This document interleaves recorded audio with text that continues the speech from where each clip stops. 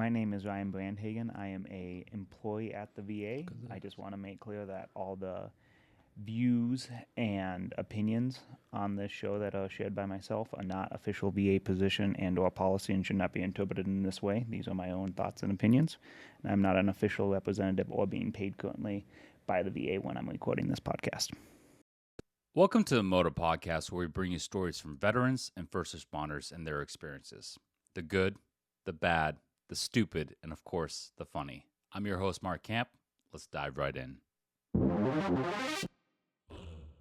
And today I'm joined by my buddy, Ryan Brandhagan. We haven't seen each other in a hot second. It's been 10 years. We just did the math. Yeah, we just did the math.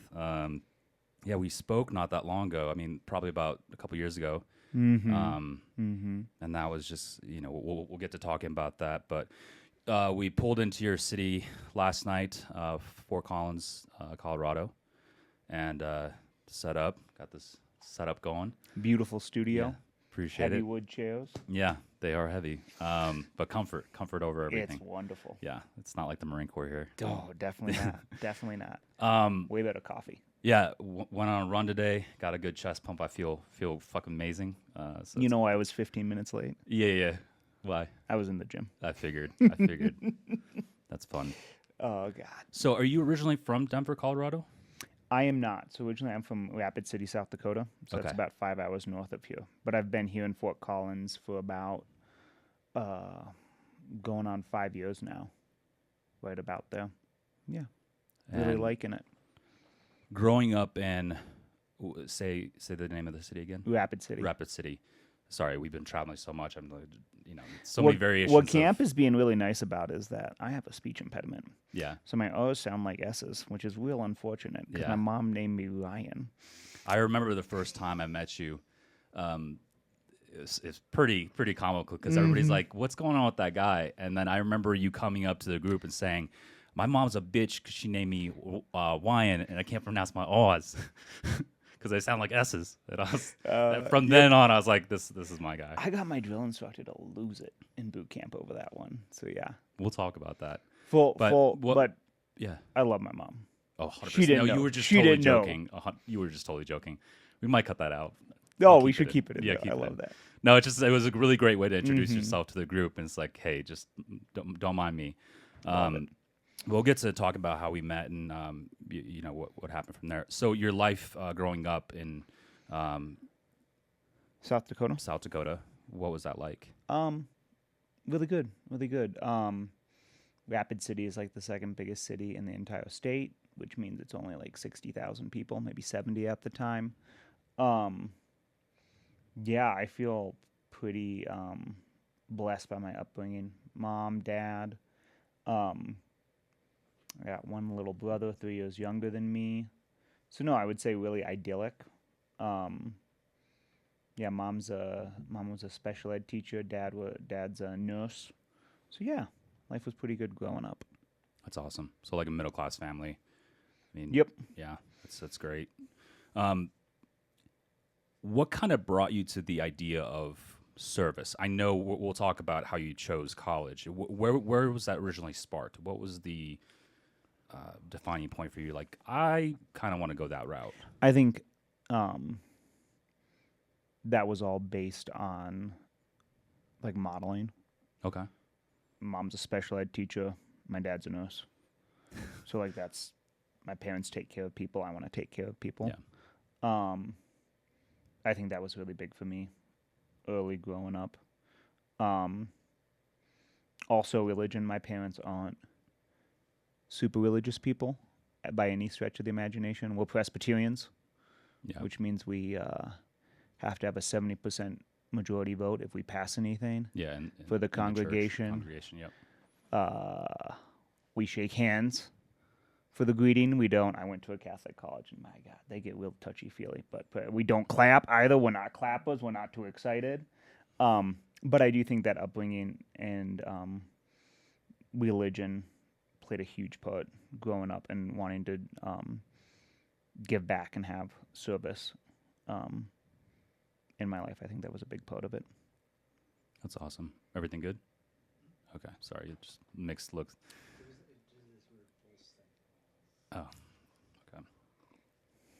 And so, did you play any sports in high school?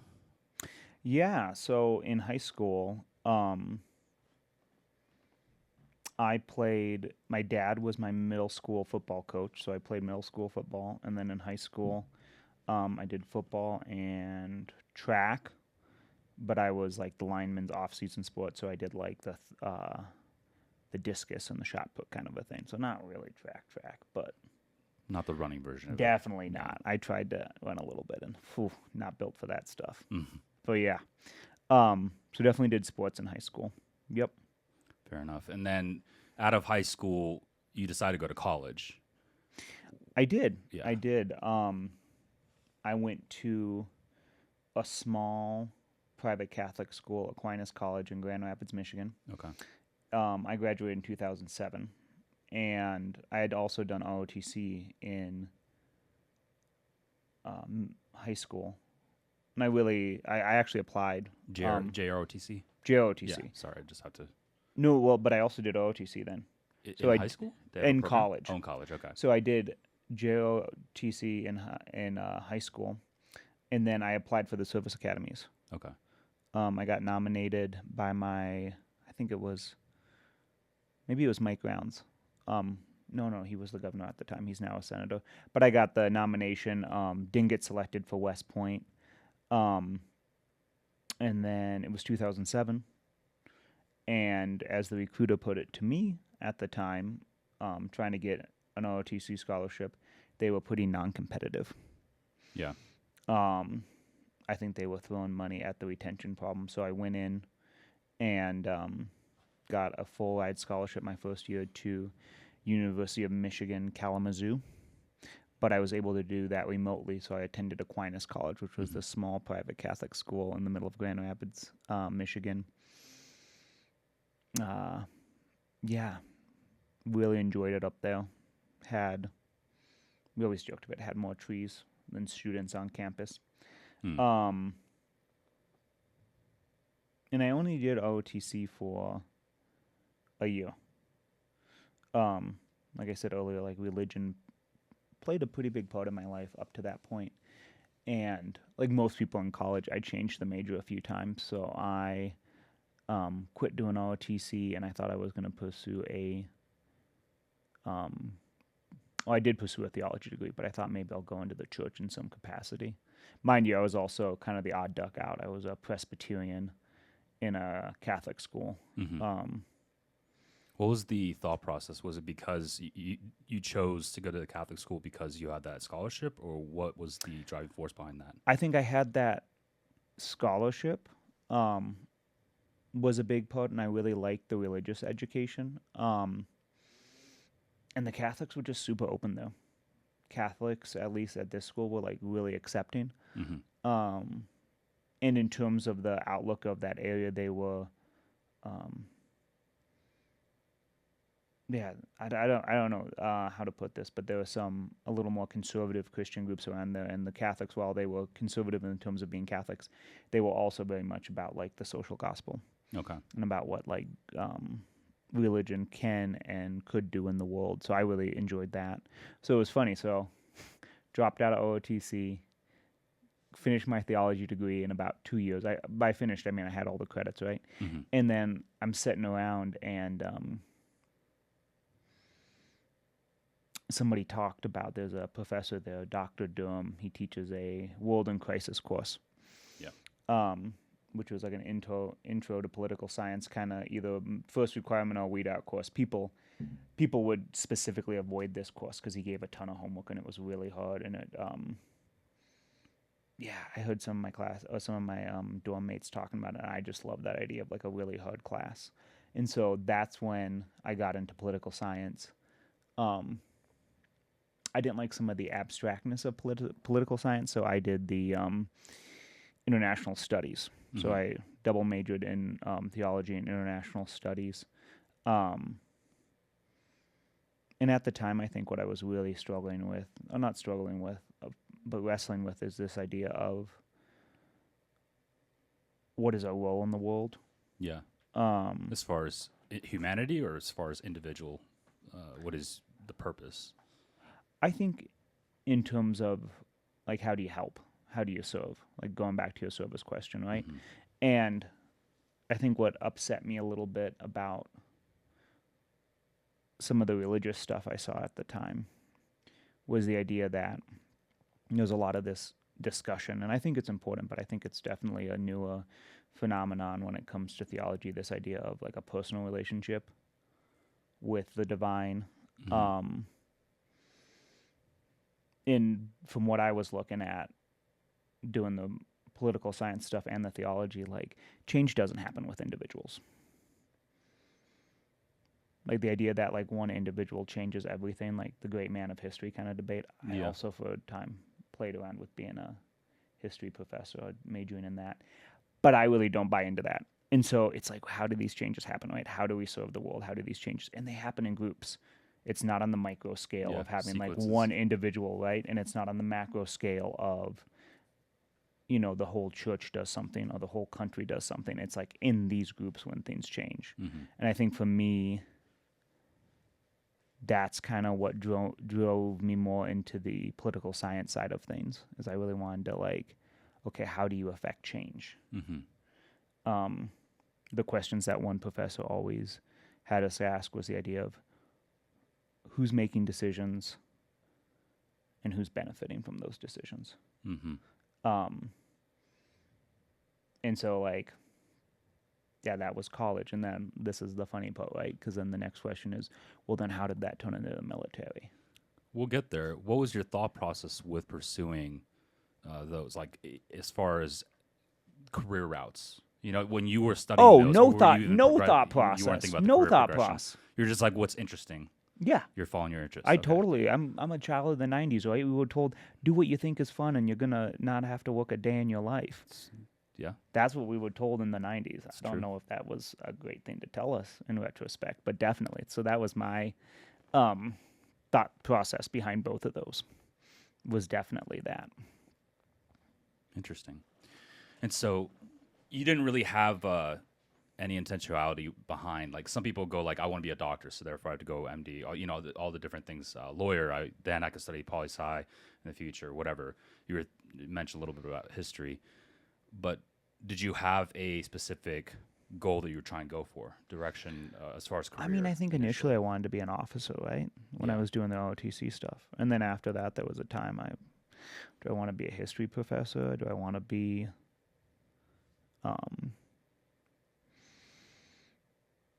pastor or something like that? There was definitely times I played with those in college. And I think that's like obviously the benefit of college, right? Is like this idea that we can like debate these things, what you want to be. Mm-hmm. Coming out of school, I had read a whole lot of books. Like, God bless my parents. That's one of the most endurable memories I have of my mom and my dad, is reading to us every night before we went to bed. But I read a whole bunch of books in college and a lot of the political science stuff. And like, remember, this would have been 2008, 9, 10, 11, 12. Like tons of stuff going on in the world right then. Huge stuff going on in the world. And I think the big thing for me was getting out of... I laugh. My intonation is going to be the same as I say that when I say getting out of the Marine Corps. But getting out of college, I really wanted some real life experience. Yeah. I felt at the time there was a whole lot of writing about all these things going on in the world, and I don't know how accurate it is. I really wanted to like not just help over there or whatever was going on, but also see up close what was actually happening. Mm-hmm. And I respect a ton of my teachers, but I also think that, people teaching should have some firsthand knowledge of 100%. What goes on overseas, especially when it comes to the poli-sci stuff. And a lot of them do, but I didn't have that firsthand knowledge. Mm-hmm. So that really motivated me. So getting out of college, my two options were I went home after college, and my two options were option one, join the Peace Corps, mm-hmm. or option two, join the military. I don't know if you know anything about the Peace Corps, but it takes a while to get through that application process. Really? Yep. Which is really unfortunate, right? What's the prerequisite for that? Remind me. You do have to have a bachelor's degree to go to the Peace Corps. It's a bachelor's degree, and then there's a whole application process, and then like a selection of where you're going to be. And ultimately, it's not you that decides. It's not you who decide. And it's like, I mean, I think I was trying to wait on some of those applications and working on that stuff for like 6-7 months. Wow. And then I talked to the people, and I'm like, what am I going to be doing if I do this? Because like, I want to get over there and get messy. I want to like dig ditches with people. I want to like throw my back into things. And they were like, well, based on your degrees, you can either teach English or sex ed. And no offense about sex ed or English, I think those are very important skill sets. Skill sets. But put an R in there. Yeah. But at the same time, that's not really what I want to be doing with my life. No. And although you are a good teacher, I've seen it firsthand. Thank you. That was many years later, but we'll get to it. And Marine Corps was very willing to sign you up and ship you out instead. So I think that was kind of the point why I chose to be in the military. Yeah. You got out, sorry, going back to you're getting me on that. You graduated in what year? 2012. 2012. Beginning of 2012. Yeah, so then you were we were in the same SOI class. So you enlisted and quite literally shipped out. Yeah, I think I had I think I graduated college. Maybe I graduated 2011. It was somewhere in there. But I graduated college, spent a little time at home. Shout out to the Boy Scouts. I was never in the Boy Scouts, but I worked 4 summers as a Boy Scout track director. We did like 50-mile hikes every week, and this was like a real growth experience for me. I'd never really backpacked before. I kind of lied to get the job. I said I could do it. I said I camped a lot. I mean, I camped out of a pull-behind trailer that my parents had when we went camping when I was like 9 or 10. But I got this job, and I was like, this is a great job. And I think that job really pushed me to like, yeah, you can like lead a group of 8 to 12 dads and teenagers out here in the woods and bring them back. Yeah. This is going to be great. Yeah. Like Marine Corps, like we could do this. You can live out of a backpack. Like, so yeah, I really enjoyed that. I think the best piece of advice I ever got doing that job, there was an old Marine Corps guy, because we'd have the kids come with us, the Boy Scouts, and the dads would, and there was this guy, Lenny, and I think his kids had graduated from the troop, but every time we were out there, the troop had to send a dad along to kind of police the kids. Like, it wasn't my job as the track director to police the scouts. And most of the time they didn't need policing, but it was always fun spending time with the dads. But we had this dad, Lenny, and his kids had graduated, and he was just the only dad stubborn enough to keep doing the tracks. And he was a truck driver and not in the best shape of his life at the time, but he was a Marine. Yeah. And he's loading his pack up, and I've done this hike now for, I think, 3 years at this time, and he's putting just tons of extra food in his pack. And I'm like, Lenny, like, you don't look like you're in the best shape, and you could drop some weight. Because that was mostly my job as the track director. It was like, hey, man, I don't think you need this much extra stuff to walk, because you're like 55 years old and a certified public accountant. Like, we're going to be in the woods, and I don't want you to leave all this expensive stuff. But Lenny just looks at me dead in the eyes, and he goes, I was in the Marine Corps. I was told there would be enough food. Yeah. I went hungry. Yeah. A lot in the Marine Corps. So I am going to bring all the food that I think I need. And if it turns out I don't need it all, that'll be great. And in the Marine Corps, that lesson served me so well. Never expect anybody else to bring enough stuff for you. Never expect there to be enough stuff, and you won't be disappointed. Yeah, you're originally going with the thought process of ounces equal pounds, pounds equal pain, and then... And Lenny was not about that. Yeah. Lenny was like, I'll bring all this stuff. But anyhow. I think a lot of things change when you get out. I mean, we'll talk about that for sure. But so you enlist in the Marine Corps. Yep. From depping in to shipping, what was the time frame? Was that's practically months? It was months. I don't remember much about it. I do remember, if there's anybody listening to this podcast who is thinking about enlisting, definitely like twist your recruiter's arm. They get paid more money than you're probably getting paid. You need to definitely like work them over a bit, because my recruiter, I told him I wanted a combat arms branch. Yeah. And I really wanted tanks. I like tanks. I got that like technical mindset kind of a thing. And then he calls me up and he goes, "Well, you can ship you next month if you do open contract." Yeah. Infantry, but not infantry, but 03 open contract. Yeah, 03XX is what. And I said, contract is. "Well, I told you I wanted combat arms, so I'll do it for you, Sergeant." I don't even remember his name. Yeah. In retrospect, I might have had a lot more fun and been a lot more enjoyable if I'd been in the armored MOS, but whatever. So yeah, I shipped out pretty quick. And it was like a different thing, right? Because this is the other big thing about me is I think I had the fantasies of like Mustanging up.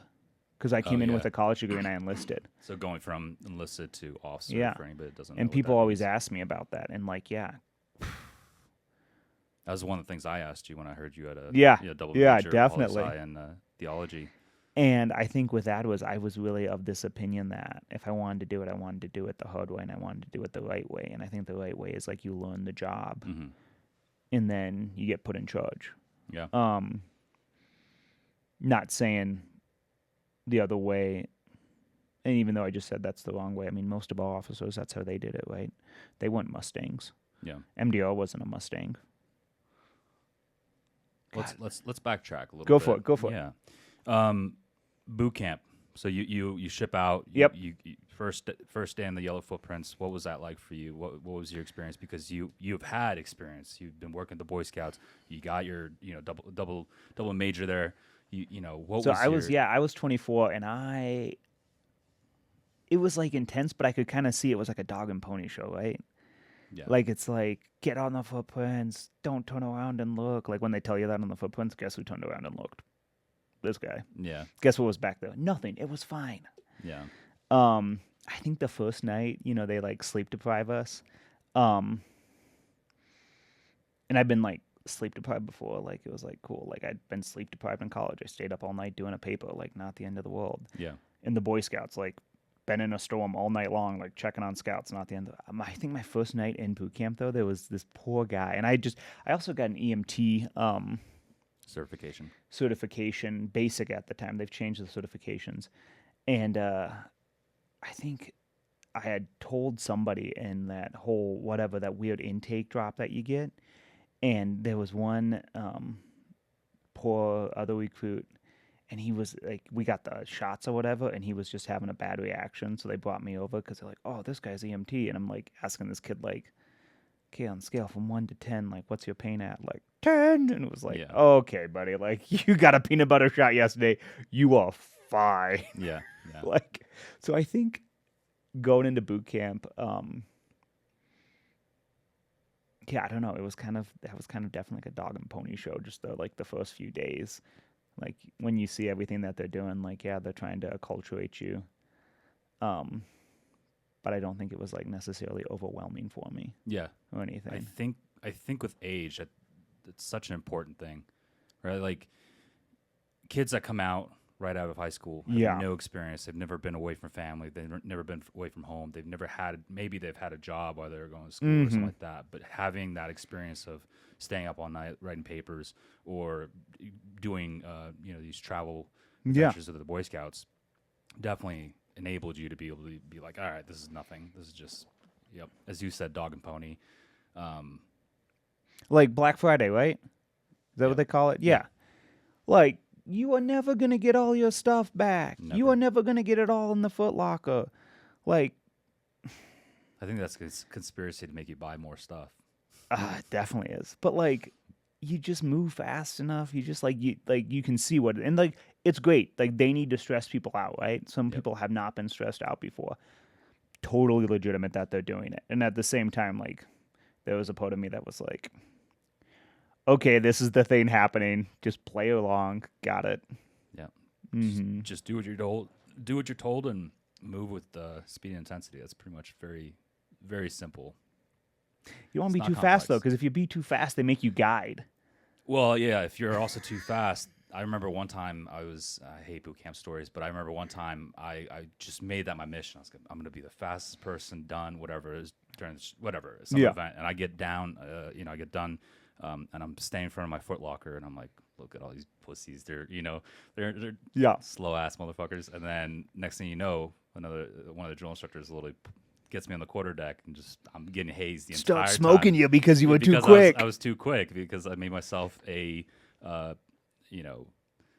obvious figure. And so he took advantage of me making a point. Like, you have to blend in with the company. There was a book by a Navy SEAL that I won't name, but he had a great book. And in that book, he talked about this idea that going through whatever the selection process is, I forget what it is, but going through that, he told his like little squad of guys, he's like, guys, like 99.9% of the pain that is about to be inflicted upon us, we cannot avoid. Yeah. But that 0.1% we can avoid, we are going to avoid that pain.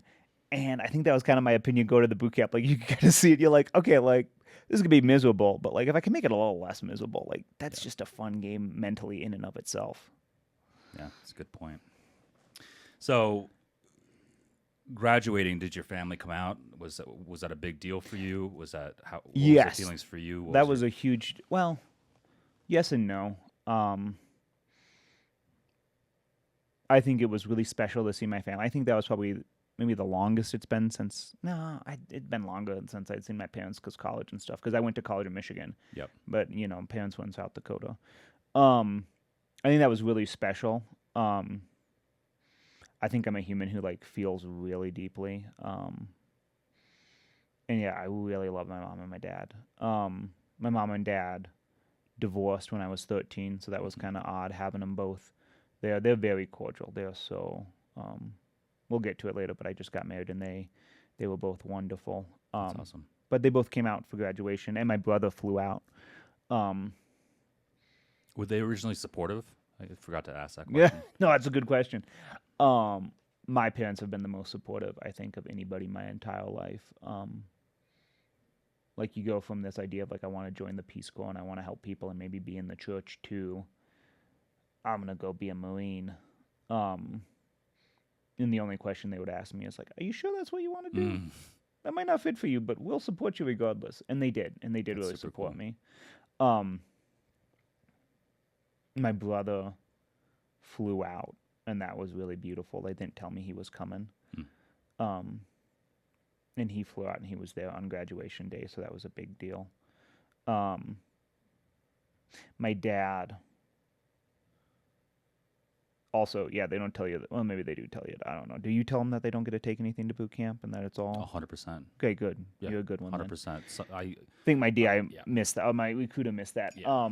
Well, they just don't care. So some recruiters just quite literally don't give a. Anyways, they're trying to meet mission, but no, I 100%. I love my dad really deeply. In boot camp, because like I told you, I'm a big book guy, right? Yep. You couldn't have books. There's nothing. The Bible. You couldn't have books. Okay. You can have that stupid green manual that had. I mean, I'm a bad speller, and that thing was spelled horribly. There was so many spelling errors in that. Yeah. Incorrect. And I am not a good speller.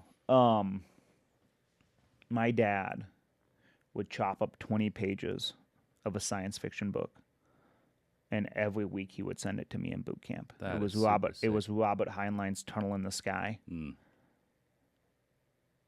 And once in a while, the DIs would comment because they'd be like, "Man, Brandhagan, this letter's kind of thick," but they would never inspect our mail. They don't care. They don't want to inspect our mail. Even if they started looking at it, I can't read. No, I'm joking. Sorry. One of us I would question. Anyhow, though, so I have not visceral. I'd say I have intense memories of boot camp. I'd get these letters, and then where's the only time you could read a book in boot camp? 1 hour. Do you have? So they can see it and take it away from me? Fuck that shit. Restroom then. No, yeah. Which restrooms? Dude, you're making me go back into a Dude, place. there's no doors on the friggin' bathroom. Take a shit. So the only way I could read this book my dad sent me was on Sundays. Oh, in church. In the bathrooms at church. Yeah. That was the only way to read this book. And I was so angry because I don't know if you've ever read Heinlein. He's like one of the godfathers of sci-fi. I kept getting 20 pages of this book, and I'm like, this is so good. Like, I hope this is like a 1,000-page book. Yeah. I hope this is like a big, thick, like Lord of the Rings book. It was like 320 pages. That sucks.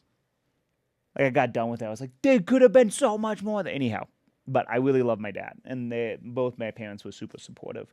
I think as a guy, like most guys, like what we really want to hear is our like dad telling us he's proud of us. And my dad told me that in boot camp, that he was really proud of me.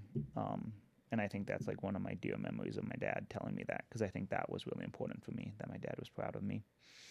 But also, like, I've had a bunch of graduations in my life. Yeah. There's like high school, there's college, there's Marine Corps, there's my master's program. So, I mean, at some point we'll get to that. But yeah. Anyhow, anyways, continue. So you get done with boot camp. Mm-hmm. Go home, of course. However long. No, you go directly. Yeah, one week of. Not for us. Oddly enough, we graduated a day early so we could be home for Thanksgiving, and then we had boot leave up until like New Year's or something. It was insane. Oh, yeah, it just carries over. Yeah, it was insane. You might have had an RA because you're. I did. Yeah. My sergeant didn't know what to do with me. He was trying to get me to go get people to sign up for the Marine Corps over the holidays. Been there. Are you a recruiter? How many people sign up in December to go into the Marine Corps? You'd be surprised. Just planning. Really? New year, new me. Really? No, I'm joking. No. Okay, my point is, my recruiting guy, when I was on OA, was trying to like really like, you need to go out there and get these kids. It's what we always do. I literally talked somebody out of it.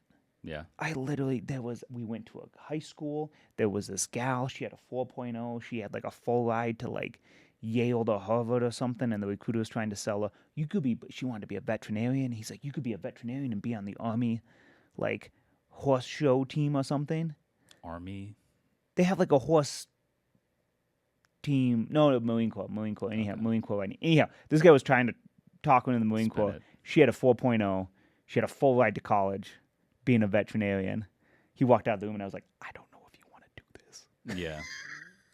Like, unless you can get him to sign on the dotted line, you're going to get that job. Yeah, 100%. I don't even remember what her name was, but I was like, you might not want to do that. Yeah. What I did do on OA leave, though, was I became very good friends with Santa Claus. Because we were in a mall. Oh, yeah. The recruiting station was in a mall, so nobody was in the mall. And I'd show up this is South 8 Dakota, a.m. every morning, and guess what? Me and Mr. Santa Claus there would sit there and have coffee, talk shop. God, I miss that guy, whoever he was. So, yeah, that was OA leave. And then, on to SOI. So you go from this one challenging, somewhat, maybe not challenging thing. Oh, I think challenging for sure. I think the physical challenges of boot camp are not that hard. Yeah. Like, physically, it was not challenging. Yeah. I think for me and for most of us in boot camp, it's the mental challenge. Yeah, it's a mental It's game. doing something like that for 3 months straight in like a really stressful environment. Yeah.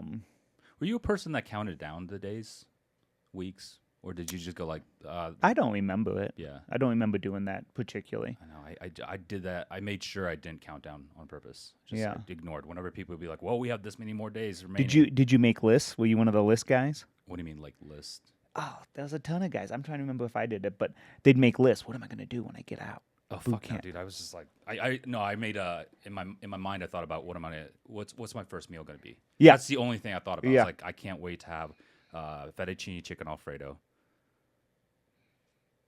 That's a good one. Yeah, that was my one thing. I was like, just get through this shit. I had this surreal moment because my family picked me up in San Diego. Mm-hmm. And we did the graduation on the parade deck, right? Graduated. And then I changed because then we're going off base and I don't want to go off in my... And I changed and I walked by like half the DIs in a... platoon or company. It would have been the company. Yeah. And nobody said anything to me. I don't even think they knew who I was in civvies. they have a rule that they really can't. They can't fuck with you. Oh, camp, you're ruining a fantasy. I don't want them to fuck with me. I just want like the fact that I passed by them in like civilians and they were like not even saying anything. I was like, this After is graduation, great. they're hands off. They Wonderful. They can't do Good that. policy. Yeah, it's a great policy. Otherwise, those guys would be busy for hours just trying to wrangle. They're like, that's not my job anymore. I just did this for 12 weeks. Yeah. Let's not play a game. And I think that was another interesting thing. My brother said something to me when I graduated boot camp. He was like, you're still you. He was like, I kind of thought we were going to show up and you were going to be like, Mr. Robot. yeah, Yeah.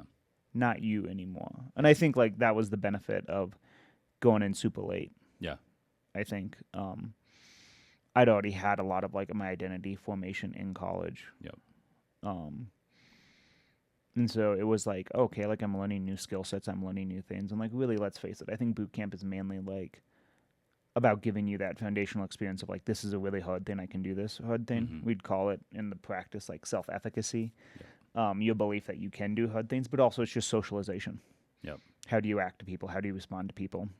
Like, what is your basic modus operandi kind of a thing? Like, that's what it is. Like, actually, in terms of technical skills, Yeah. except shooting, I do think they do a great job shooting. Like target practice and marksmanship stuff. Like, oh my god, I love that so much. Yeah. I always say shooting is like yoga. Like I took so much yoga in college that I couldn't take any more credits. They were like, you're not getting credit for this anymore. I'm like, do you know how expensive a yoga class is? I'm gonna keep going to these free ones, on campus. And just the idea of like, it's about breath control, it's about body posture, it's about breathing, it's about a focused, unfocused. I could definitely see that. Yeah. As a man that doesn't like yoga, I could. You I don't could like definitely yoga? I don't like yoga. I don't. I'm not against it. I think it's a beautiful thing. I like stretching. But I guess that is kind of similar. I just you can go to hot yoga. You got to watch out for those hot yoga classes. Maybe They're off the hook. Anyhow, back on topic. SOI, School of Infantry, West. Yeah. Get there right after boot leave or NRA. Yeah, so it was like a month after, and like the Yep. whole cohort, it had been a month after. Because SOI is where we met. Yeah, it was. Yep. But the whole cohort, do you remember that? Like they were so pissed when we got there because there was a lot of guys. So many guys, and a lot of people were sent to Lima, and I did everything in my. Lima's the holding company for anybody that doesn't know. Okay. And a lot of people got sent to Lima or asked to be in Lima company, just to like, hold off on training because they're like. 1 foot in, 1 foot out, but I was like, no, give me directly to a company. But I just remember there was a lot of guys in our SOI who had like gotten really out of shape. Oh, really? From boot camp. Do you remember that big guy we had? He was like the biggest guy we had. He was a monster, but he went like foot in his pickle suit. He was a ginger. They like berated him for it. No, not that ginger. Not that ginger. That's another ginger. But no, I just remember like the instructors being really pissed that a lot of people were not like snapping off salutes really quick or the deference, and I think maybe they were just in hindsight maybe perturbed from being back from the holidays and all that stuff. But yeah, no, I do remember we had a big class. Yeah, I don't really remember the first half of SOI so much, like the infantry stuff. I don't either. What do you remember about getting into weapons, though, in mortars? I remember, my first memory was, I remember they brought us all out, and they're like, give us the guys that are above 5'10", and that can have a first-class PFT, first-class CFT, whatever, whatever, and have a GT score, ASVAB score, whatever. Qualify for all, and I'm like, I was really reluctant to volunteer for shit. Thank God I didn't. What they were looking for was the funeral body barrier carriers, whatever. Oh, yeah, the special detail. Yep, out of like Arlington. Yep. Makes sense. And I was like, I was gonna say they didn't select me for that because I am like 5'8". Well, they're just calling people out, and I'm like, everything they say, I'm like, okay, 5'10" or higher. I'm like, okay, shrink down. They're like setting off those stuff. I was like, I don't know what this is, but I don't want to be a part of it. Yeah. So that was my first memory of SOI. Okay. And then the second one was, I remember Sergeant AK. I said this story in a past episode, but I remember he discovered that I was half Russian. And so his full name is Kleshkov. And so when he discovered I was half Russian, he's like, Camp, you want to be a mortarman? I was like, what's that? It's like, don't worry about it. It's math and you whatever. Yeah. Anyways, so that was how I got pulled into weapons. That makes a lot of sense. Yeah. I remember about weapons. You remember they did this like dumb draft thing with us? No? I remember us sitting in a room. It was on the second deck, down valley side of whatever the building we were in. Because, SOI is like in that valley, right? But it was on the downhill side. Let's pause for a sec. Okay. So yeah, you were talking about the draft. I don't have a better word for it, but they like brought us into this small room, and it was AK and Hobins. Yeah. And they had to pick X amount of us to be mortarmen. Hobins was our other and instructor. Talk about a really small, angry man. But he could run. He was a great runner. But yeah, I remember being there, and they were doing these like dumb draft questions, right? Oh, like I do remember. These dumb like, like what positions did you play? Did you play sports? Yeah. Like very, I don't know. It seemed pretty ridiculous to me that this is how we're trying to decide whether or not we want these people operating like crew-served weapons, right? Yeah. Like, hypothetically, if you're in weapons, it's going to be harder than being in the general, like, infantry. Maybe not harder. Different. It's definitely different. I think it requires a lot more mental prowess. Personally. That's the idea. Yeah. And they just were asking these, I'm going to be mean here, but maybe asinine questions. And I just remember standing up. They selected me because I was like 24 years old. Mm-hmm. I could bench 315. Yeah. I think that's what got me recruited. Probably was like they were like, "How much you bench?" I'm like 315. Like it's not that cool, kind of a thing. It's only cool because all plates are 45 pounds apiece. Like it would be a different number. And then they're like, "What should we ask these guys?" Because they would like get you on one side of the room once you were picked, right? And then it was like the ones left behind. It was like just very, felt like middle school kind of dodgeball vibes. And I remember asking them, "Well, what do you know about mortars?" Like they were trying to pick between a few of these last guys. Like, well, let's ask them what they actually know about the weapon system we're talking about. Yeah, which if you ask a regular civilian, and everybody just got super quiet, and they were like, "Yeah, we should probably ask them what they know about this thing that we're trying to select." Because like I wanted crew-served weapons. Do you remember that book we've talked about before on killing? Yeah, love Grossman. That book. Yeah, oh my God. He talks about it, right? He talks about that majority of casualty-producing weapons are crew-served weapons. Yep. And at the same time, crew-served weapons, psychologically speaking, take away the responsibility of the direct killing or the action of actually killing. Up close and personal, and or seeing through your sights. We're still seeing it through your sights, but not in the same. Not for us though, right? Well, mortars. Not if we're indirect. 100%.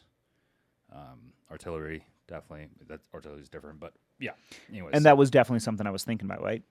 So if anybody isn't familiar, Lieutenant David Grossman wrote 2 or 3 books. The first one's on killing, the second one's on combat, and just studying the psychology of what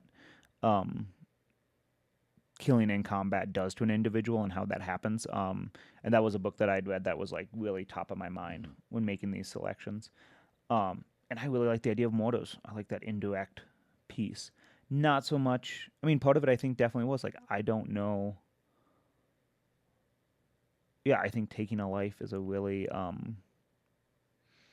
well, as that lieutenant suggests, the author of On Killing suggests, it's actually very difficult. Some argue that it's in human nature. His entire precipice is it's completely against our thing. Like he points out, we should definitely do one of those conversations. But anyhow, book, but so I would just remember that's kind of why I picked mortars, and I just remember they were doing this silly draft, and it was like, guys, like let's actually talk about like the weapon systems we're talking about employing and like actually using these things. You know, is that what you said to them, or is that what they were coming up with? No, I mean that's what I said to AK and okay. Hobins, like not directly, but like that's when like once you were on the side that got picked because you were cool to be in mortars, they were like, we can like grill these other guys on the other side of the line about, and I was like, well, let's ask them about the actual system we're talking about, not like how many times do you get laid in high school? Like, who cares about that? That doesn't make you a good Marine or not. Opinions would. I was gonna say somebody else would have a different. Opinions would differ. Anyhow, so yeah, I remember that about SOI. I remember getting yelled at because I had books in my pocket. Do you remember this? I do remember this. I remember you getting yelled a lot for books. Yeah.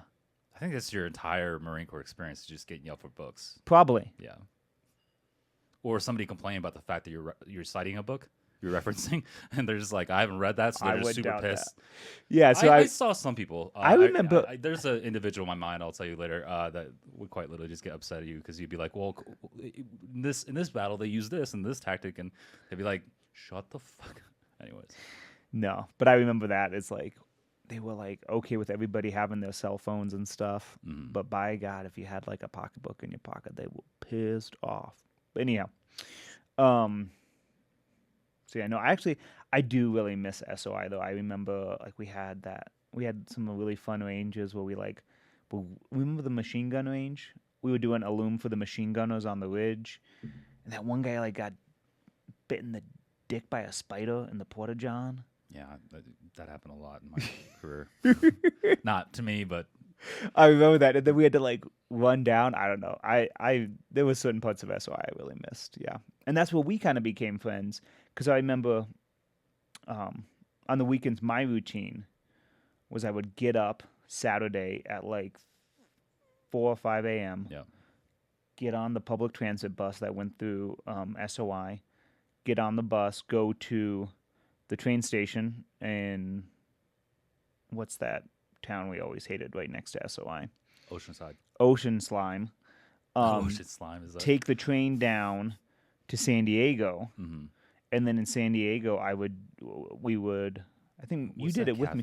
We went to Cafe 21 because they served Bailey's and coffee. Yeah. I would go to a yoga class and then go to a used bookstore. That was my SOI routine.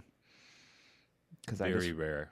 If you ask, I think if you poll the majority of Marines, I don't think anybody was doing that. Oh, they were not doing that.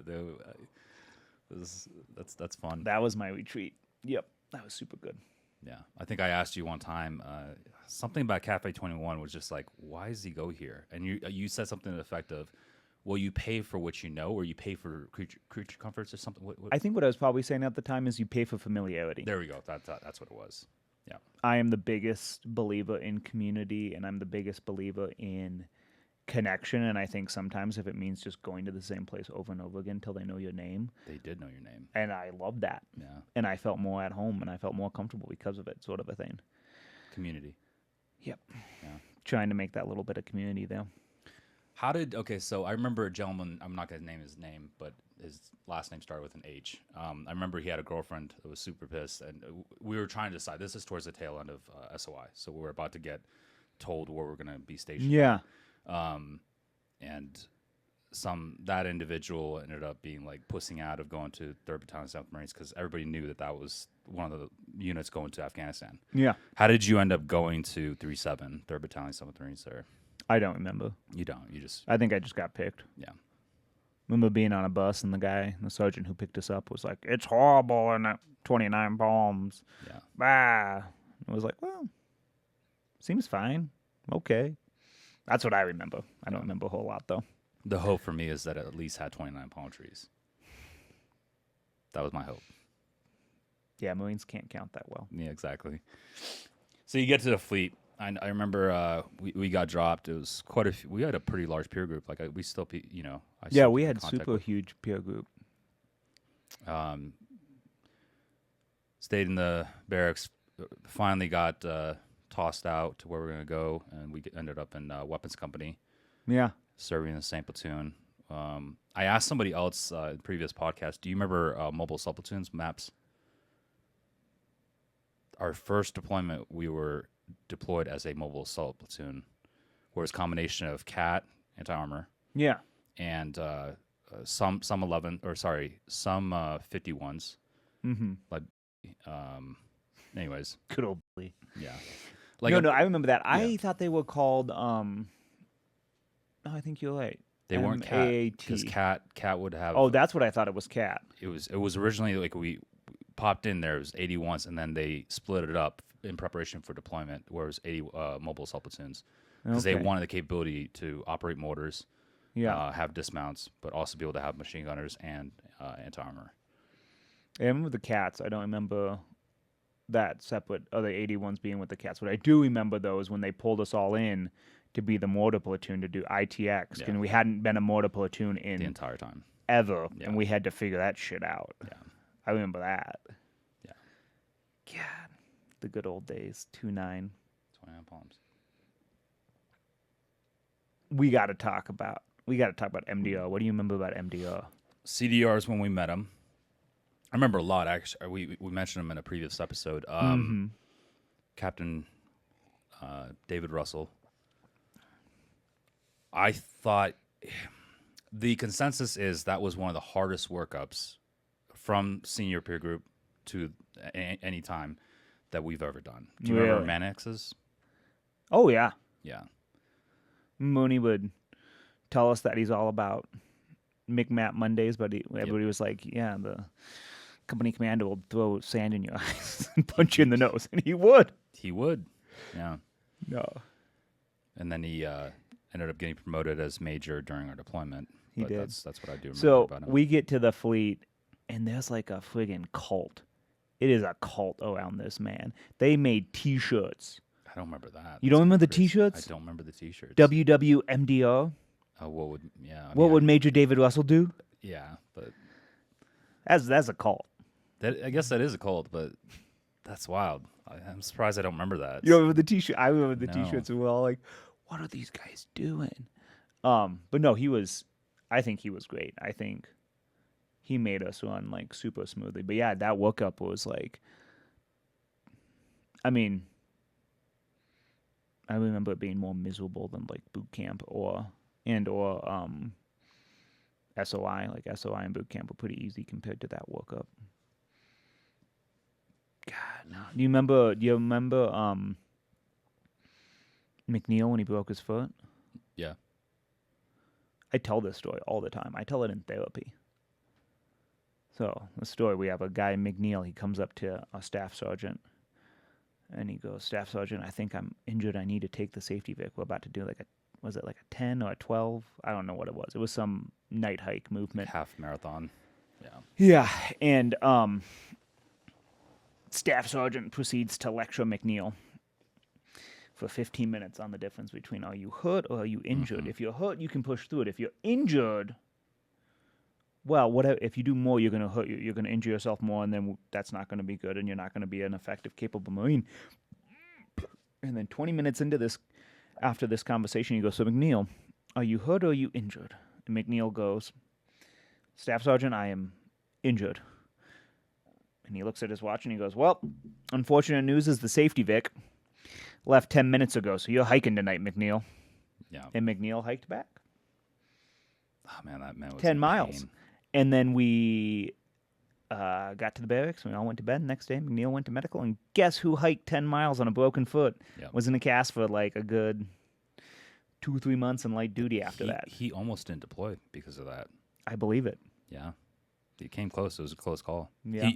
He would have still, he wasn't a bitch. He would have still been like, "Yep, got to make it."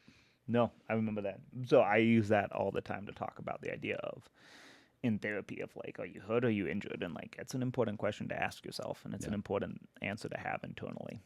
God, I do miss him though. I really respected Staff Sergeant. Yeah. I'll cut out his last name, but Staff Sergeant B. Okay, you can do that. Yeah. Great. Yeah. No, I miss Staff Sergeant B. No, Staff Sergeant B was good. So overall, the workup was, I mean, I found it very challenging. It was very, very challenging, especially just the integration of trying to do 81s, like you said, ITX, and then trying to be a part of mobile assault platoons. Running drills, I thought that was very interesting, that they were trying to get us in the same capabilities as pretty much machine gunners. Definitely. What was the most challenging aspect for you? Oh, I'm going to go off on this. I remember having direct conversations with our seniors about the fact that all of us in 81s had never shot machine guns before.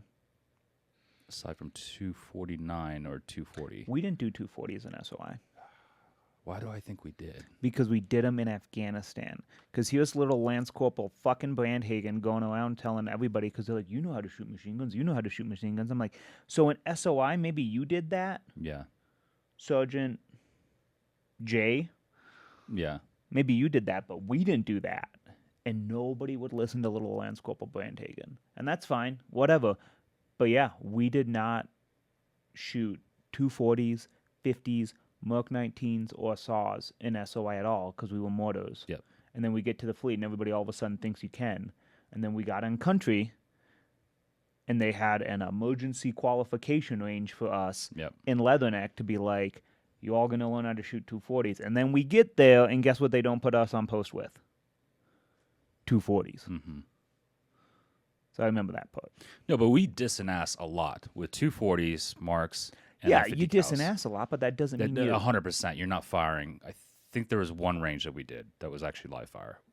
Might have been standing by to watch people, but I remember there's a live fire range where we did. We had to do it. Same thing. We stood by while sabers and javelin rounds were being shot. Well, yeah, because each one of those is like $120,000 a pop. Yeah, we were having a conversation about that. At the same time, I think it would have been really useful if we had shot a few machine guns. That's just Lance Corporal Brandhagen's opinion. For some reason, I swear we did. You did, but it was Afghanistan. It wasn't. I mean, I thought it was before. I'm pretty sure. Okay, maybe I was wrong. Maybe I was out sick that day. What I also remember about the workup, do you remember when we did the TDGs? Yeah, tactical decision games. God, I miss those. That was those are so much fun. That was like one of my proudest moments. We're sitting there doing a TDG, and yeah, between you and me, like, let's pause for a second. Okay. Where were we? Oh, do you remember the hike in Pendleton? Yeah, the quite literally 8-hour hike. Well, we did mount operations the whole day. It was like the third day we'd done it. Yeah. Took like a 15-minute break and then did a night hike with MVGs where majority of the guys didn't have batteries for the MVGs and also a bunch of rocks, and you're going up and down these giant hills. Guys are rolling their ankles left and right, falling out. Do you remember Dean? We had weapons crew serve. We did have crew. Yeah. Do you remember Dean? He was like, oh yeah. H&S platoon. Anyway. No, but I remember Dean. I remember Dean's with the exec. We're like lost, like the last platoon. We were like lost. We weren't connected to the rest of the company. They had to get up on the radio. And they're like, that's funny. Do you know where we are, sir? Dean, shut the fuck up. Yeah, that was like a 26-mile hike, if I'm not mistaken. It was a little bit more than that. I don't think it was 26. I think it was like 16, 17 maybe. I remember oranges. I despise oranges. I hate oranges. I don't like the stickiness on my fingers. But I remember they gave us oranges like 2 hours before the end. I think it was 24 maybe it was 24, miles. But whatever it was. 3 miles per hour, 8 hours. That makes sense with the math. But I remember we got oranges and we'd fall asleep on each other. You'd sit back to back during those like little breaks. They give us like 5-minute breaks every so often. Yeah. And you'd sit back to back so the sweat wouldn't freeze. And then you'd like wake up and be like, oh, fuck, we're still hiking. Yeah. And then like we got in and we each ate, like they made sure each one of us ate an MOE. Yep. That morning of. And then we just laid in a field and slept for like 2 hours before the buses came. Yep. Now that I missed it. Remember the burpees on the beach for that day? Yep. Terrible. MDR made us do 103 burpees. We're like, 25 will be done. Because it was like, we do them, everybody in the circle does them, and then the officers and like company command staff did one. And then it was like, 25 were good. No, maybe it'll be 50. Maybe it'll be 75. Was it burpees or was it 8-count bodybuilders? I went up and down a lot. It was one or the other. And then we're like, maybe 100's got to be 100. And then it's 101, and you just saw people lose it. Yeah. And then it got to 103, and we were done. Oh, that mother. Yeah, I remember that shit. I think his entire premise is make them hate me. It does. It's a tactic. it's definitely a tactic to build. It to worked. build, He told yeah, he told us that. Remember, we had those runs, those moto runs with the battalion, and people would Jody call off and say stuff to get him in trouble all the time. So they'd take him off of the Jody call kind of a thing. It'd be like, I don't know. And they would pull people. They'd be like, man, we should just listen to we should do feedback and Jody calls. I remember being up near the front and him saying that. God. Yeah. That was wild. Crazy. Do you remember our first op?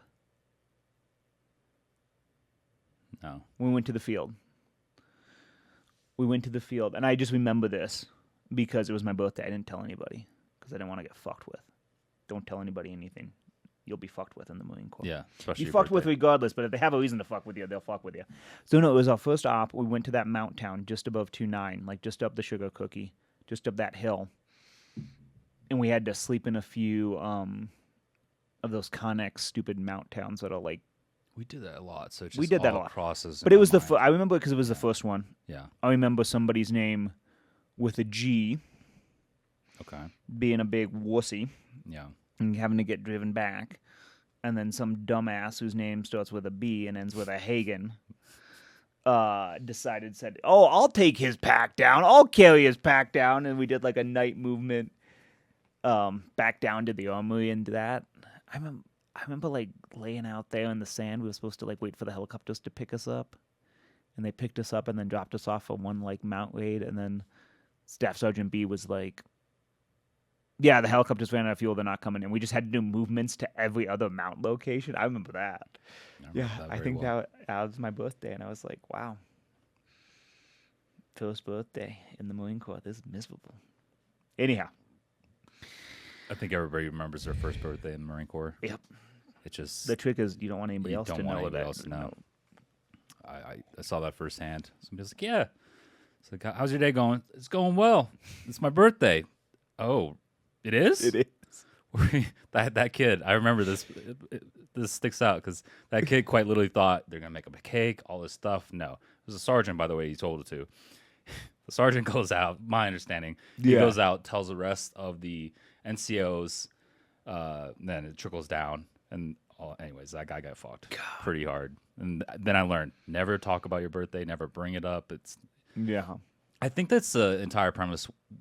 I was thinking to myself, why is the Marine Corps birthday to me a bigger deal than my own? I don't know. I've compared notes. It's a cult, and you're not allowed to celebrate. 100%. You're not allowed to celebrate anything else. That's fair, but that's a very valid point. But anyways, but you found some meaning behind it. You found some insight there, thinking about the Marine Corps birthday versus your own birthday. I've thought about it a lot. Like, why is that more important to me? You know, because it is about the collective. That's the way I look at it. Mm-hmm. And yes, you can call it a cult 100%. But I look at it as it's more about the community. Mm-hmm. And the reason why that's so much more important to me, and I realize that, I acknowledge it could be, I'm in a cult. Well, let's just also not stigmatize cults here. I think the root of all culture is cults. It's okay. We just need to be realistic about it. Yeah. I mean, anyways, I have this idea. But that idea is going to happen well before. We'll talk about it after. Okay, sounds great. Well before this episode gets released, so there's no point talking about it. Sounds good. No, but the concept that a collective's birthday is bigger than your own means that you're more concerned about the community or, you know what I'm saying? There's something innately beneficial about that you are not individualistic and thinking, I'm that important person. I was born this day. And the other reason why is because I actually don't know my official birthday. Kazakhstan was very corrupt, and anyways, but that's a separate topic. So I don't have any distinct day. I have a day that I was like, hey, I guess that's my birthday. So it's just one of those things I find more enjoyment and meaning behind having a collective's birthday, like especially such a great gun club. You know what I'm saying? Like at the end of the day, we could bitch about all we want, but we're gonna continue bitching about it. It's just a fact. Anyways, so we get done with that shitty workup. You get done with that shitty workup. What was your thought process like heading into deployment? Because here we are, going. I think we were told we're one of the last units deploying to Afghanistan. One of the last, meaning within that iteration. Yeah, I think at the time And then, they really thought it was going to draw down more quickly than it did, and we were like supposed to be one of the last units in Helmand. yep, Mm-hmm. Sangin. That's what I wanted to do. I think I really like joined the Marine Corps because I wanted to help people, and it was like really exciting to be like, we're gonna go over there and do the job we're trained to do, and we're gonna go help. So I think I was pretty excited for deployment. The idea that we were told, based off my understanding, the many briefs you got about Afghanistan, what our mission set was, we were there essentially to provide advise, assist, train, advise, assist, and without the last A, which is accompany. That's that's a lot of tier 1 guys get. Anyways, that's my last mission that I went on. Train, advise, and assist. The Afghans, ANSAF, what's the other one? ISF? No, not. ISF was us, Afghan National Army, and then Afghan National Police. There we go. In the capabilities of them hosting the first democratic elections in Afghan. That's my understanding from I that, forgot that the mission. election part. Yeah. I would That was the entire thing. Yeah. Went downhill from it didn't happen. I mean, it happened, but the Taliban was so, had such a stronghold on that, but definitely that it didn't actually occur, or not as many people showed up to the elections as we were hoping. Yeah. No, I think I was super excited to go forward. Like going back to the idea of like this is what I was talking about in college, right? Like I wanted to see what was actually going on the ground. I wanted to actually get over there and help people. Get the experience. I think we live in a very protected, very sheltered country, and I think like that's a huge experience as Americans. We need to go outside the bubble and be like, oh, this is how the real world actually is. Yeah. And I think Afghanistan was, far more real world than a lot of other places at the time. So no, I think I was really excited for deployment.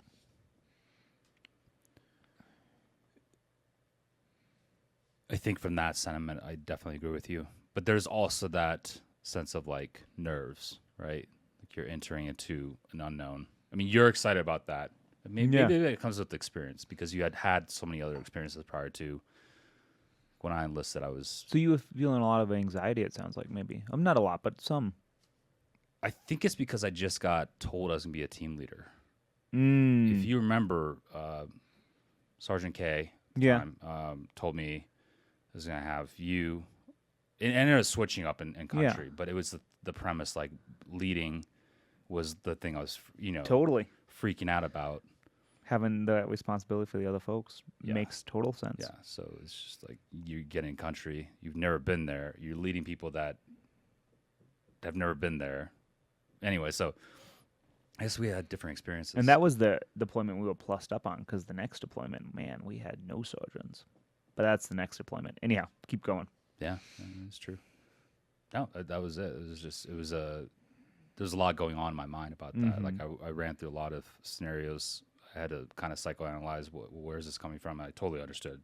It's a logical thing to do when you have people's lives in your hands. Yeah. But this isn't about me. This is about you. So you're excited. It can be about us. Yeah, it could be about you. Yeah. No, and then we went to. I remember going to what did we call it? Fob Jackson, but we had an Afghan name for it too. Sabit Kadam. Yep. Man, that place was horrible when we got there. Yeah. And not like horrible like in a war movie kind of cool way. It was like horrible, and we had the police call the hell out of that place. We had to throw all that food away. Do you remember that? The rotten milk on top of the connexes for like days and picking all the stuff up. Yeah, because the previous unit didn't do their job properly. They're just like, hey, we're out in like a month. Like, fuck. See ya. That's what I remember about that. I think it was we rip-toed relief in place, transition of authority with 3-4, if I'm not mistaken. Yeah. Yeah. Anyways, 1-7 took. Do you remember? We went out on that we went out of the wire that like it was like the first week or so. Yeah, for the like EOD. EOD, we went out of escort. the wire. Yeah.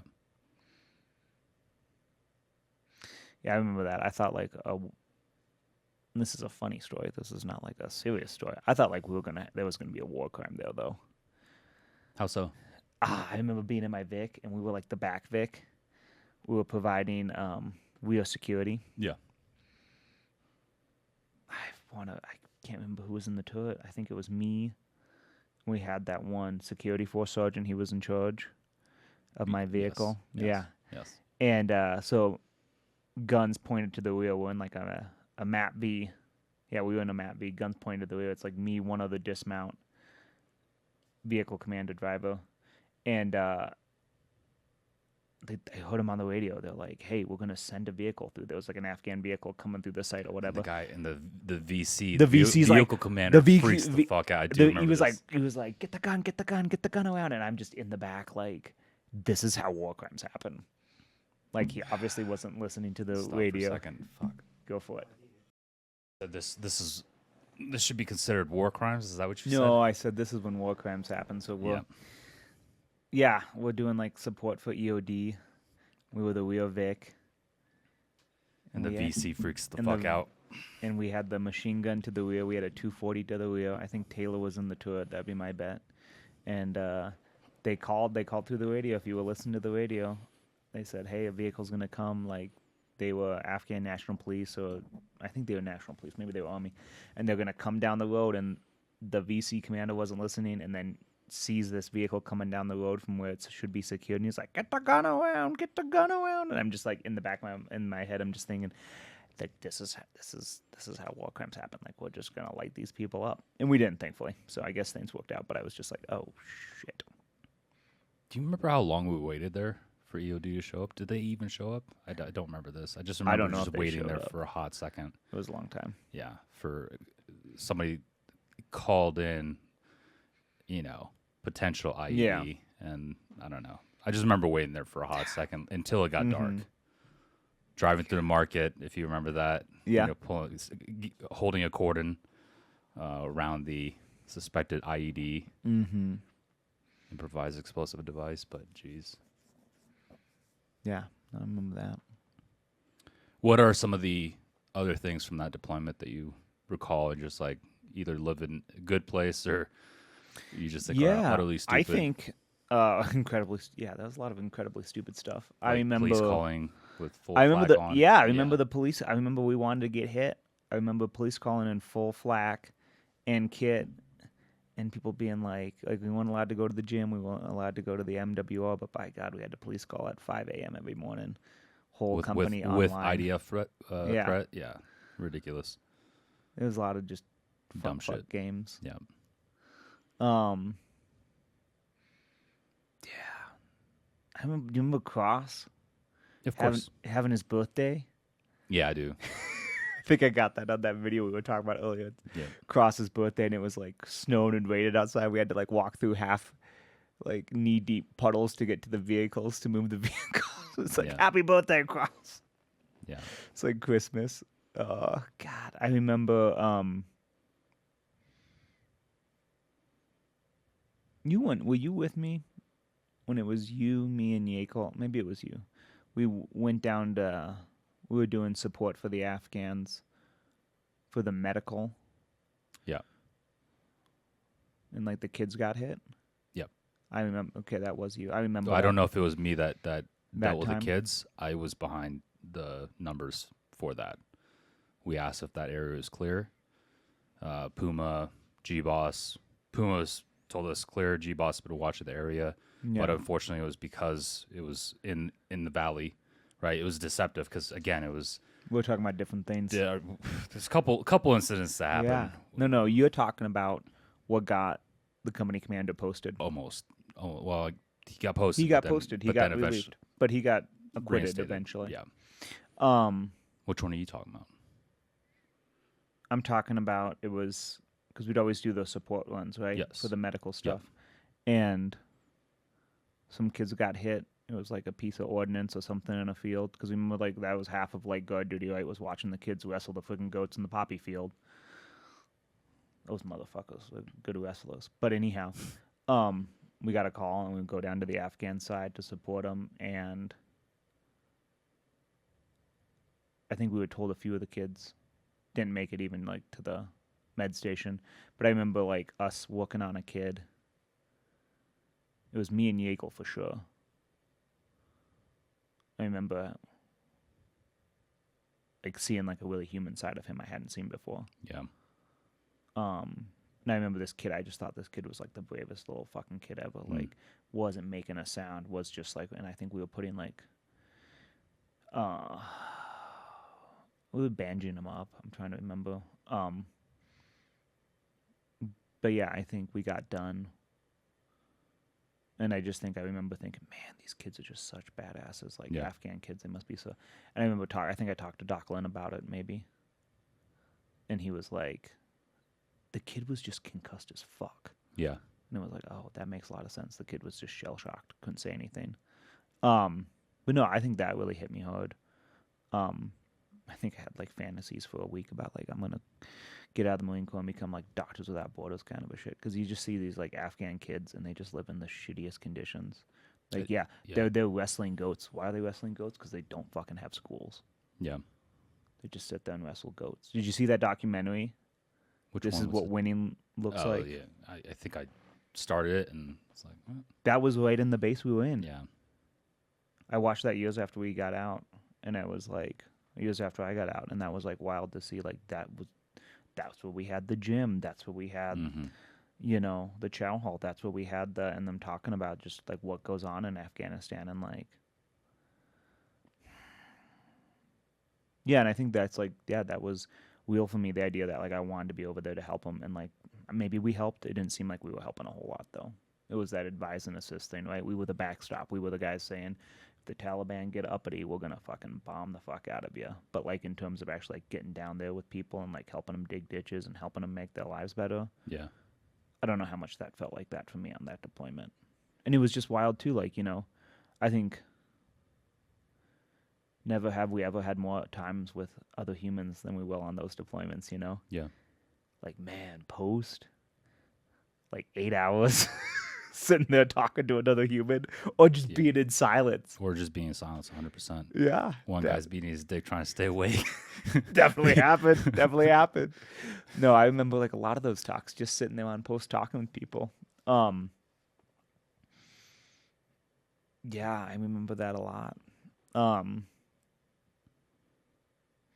I think that was one of the surprising things. I don't think this is talked about enough in the military about how, we come from all over the country in different cultures and stuff, and then you get put in the Marine Corps, and then it's like, this is your culture, like you all are going to be here. And I think that's a good thing. Let's just be clear about that. I think as an acculturation process, I think the military can be a really unifying experience.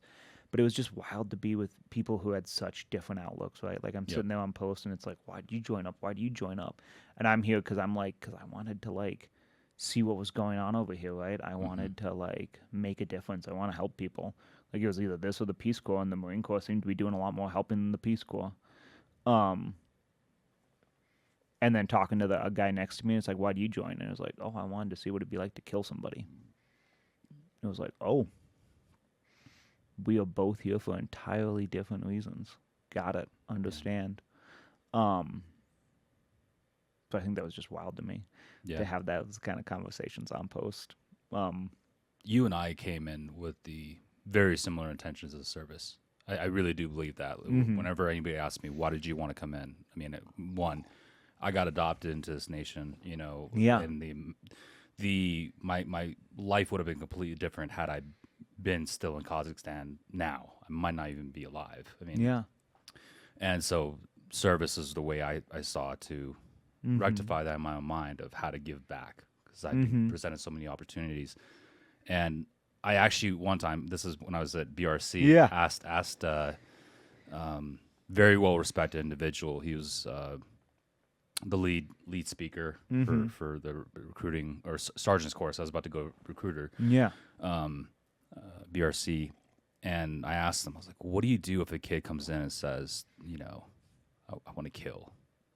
Like the psychopath comes in the office and says, the only thing I want to do is just kill. Yeah. Like, what do you do? I can't remember exactly what he said, but it's just, he's like, sometimes you just need those people, in a weird way. But I think going back to that Grossman book we were talking about, Yeah. right? The On Killing, that's the place for him. Yeah. Yeah. It's guiding to that direction. It Like, you want sense. somebody, like, and that's legitimate, right? Like, on some level, if somebody, and like, yeah, like, I think that was the other thing is, like, we talked about my upbringing, right? Like, if anybody's listening to this and they know, like, what the ACEs is, like, adverse childhood experiences, like, I didn't have many, let's be honest. My parents did split. Yep. Parents still love me. They still are able to work with each other. But we had some people with us That were very that had a whole lot of, like, list. yeah, just the worst upbringings you could imagine. And it's the Marine Corps is the way out.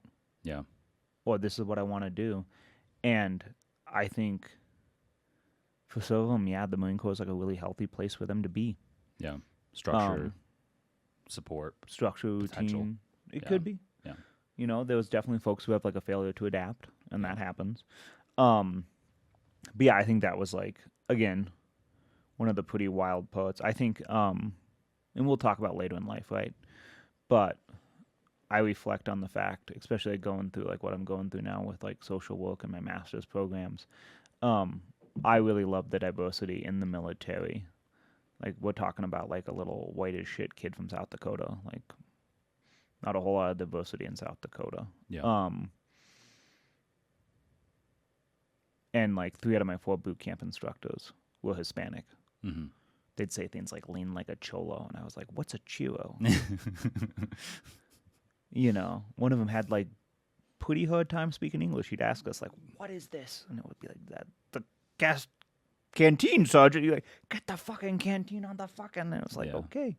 Yeah. And I think, like, yeah, I come from a lot of privilege. Like, I'm a white cisgendered male, college educated, and like, I think probably the only time in my life that I'm gonna have somebody like being my official boss of a different race than me was like in the Marine Corps.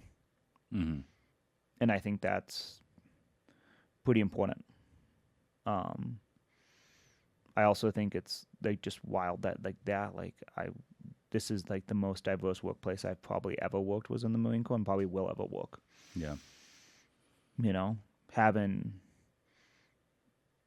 I had a college education and I had people with barely a high school GED yelling at me, and that was okay. Like, we got the fucking job done. We could do that stuff. But I think like the military is great when it comes to that, like this idea of unifying people, shared purpose, shared meaning. Mm-hmm. And I think that's super special. And I think the Marine Corps does that very well. And I think it's really important too. Anyhow, Wrapping up Afghanistan. the time that you had in Afghan. I mean, everybody goes about their free time in a variety of ways. Mine was running and putting all that flak and gas mask and rifle running around the perimeter of the FOB and sometimes reading, of course. What was your pastime whenever you got the chance to chill out? And in Afghanistan, most beautiful reading period in my life. I was going between George R. R. Martin's Game of Thrones and Stephen King's The Dark Tower. Which if you haven't read either of those series, those are just the best series out there. We can all have a lot of problems with the video adaptations and movies of those. But no, that was just so great to like read those books. So I read a lot of books. would you just get lost in that different world? Both of those series you mentioned are sci-fi, Science fiction, science fantasy. fiction. They're nonfiction, definitely. or science fiction. If anybody's familiar with, I think Tolkien has an essay, or maybe it's C.S. Lewis on escapism, or a quote about that. Like, if the world's so horrible, like, we have almost a duty to escape. Not that deployment for us was necessarily horrible. It was tough, but it wasn't horrible. So I think doing those things. Oh, I love telling this. Do you remember the most popular movie on our Afghan deployment? No. I'm trying to recall. Pitch Perfect. Oh yeah. I swear to God, we must have watched in 6 months. Must have watched that 10 times. Yeah. Listening to Taylor Swift, Katy Perry, and God knows what else. I remember with that much testosterone, you need a little, estrogen. Definitely you do. Vibes in there. Yeah, and I was just surprised how many of our seniors were like along for the ride for that. They're just like, "Fuck yes." Yeah, we watched that so many times. Yeah. Pitch Perfect was a great fucking movie. It's so good, man. And then that Long Way Home song and the Cup song. Yeah, no, that was like the theme song for our deployment. I remember that. That was the fucking thing. Anyways, reading, escapism. Yeah, so definitely we had a lot on deployment. Yeah, I would say that's most of it. And then working out. Yup. But good way to spend your time. 100%. I think one of the things I've talked about this in a previous podcast episode, but one of the ones that stands out to me is when it's like hell froze over, right? Like quite literally, we couldn't get resupplied because helos could not land. Remember, it was so cold. They could land. They just couldn't take off. That's what they were afraid of. No. So we weren't allowed to get resupplied. So the generators were docked. Like we're fucked. We're not working. So the heat, it's not happening for the waters, all that stuff. But I remember it snowed. I remember being on post and it snowing, and Staff Sergeant B like laughing about it. Mm-hmm. It's like, it's fucking Christmas, Brandhagan. I remember the Afghans didn't come out for like 2-3 weeks. So there we were in our like snowsuits on post, just watching like a frozen wasteland. Yeah. I remember we weren't allowed to wear the happy suits to post. We had to walk to post with a happy suit in our hand, and then when we went to relieve the other people, we could put on the happy suit and then walk on to post. I remember that. Yeah. I remember us we always had to do like the vehicle. We had to walk around the vehicle, be vehicle guard or whatever on our own fob kind of a thing. Yeah. But pouring rain and some smart Lance Corporal putting his rifle in a garbage bag and then being told he can't do that. So we'd stand like 2 hours of walking around in the rain around the vehicles and then having to go back and then CLP the hell out of the rifle. I remember. Do you remember when the culvert overflowed? Yeah. Did you get in it? I got in it. I didn't get in it. It was like me, Yakel, and somebody else got like waist deep. Our culvert overflowed and flooded half the base right after they moved the armory. So we had to get into this culvert like full of just sticks and shit, and it was horrible. And like try to kick it out of there with our rifles in full PPE. I remember that. That was hilarious. I remember when the gym flooded. The gym flooded. I remember Spears was like, I'm still gonna fucking work out. Yeah, I remember. I have a video of the gym flooding in Hammer, doing a bench press in a flooded gym. Yeah, it's like he's doing that bench press and it like the seeps in. Yeah, I remember that. That was fun. That was good. Yeah, I think that's the hard part, right? Is like deployments are easy. Like at least in that deployment was way easier than the workup. That's for damn sure. That's what and it's like everything has a purpose, right? Yeah. Like it's not like, oh, we're gonna hike till like 1 a.m. and then you're gonna try to have a weekend. It's like there is no weekend. You're just here the whole time and you got to do the thing. Like things just make sense on deployment versus being stateside and there's like the whole trying to have a regular life and then trying to do the military and it's just it's not possible. Yeah. So I give so many props to the women that stick it out, the wives or the husbands, whatever nowadays, but the wives that stick it through, like, geez, like that's got to be it's. Oh, I think it's tall order. So hard. Yeah.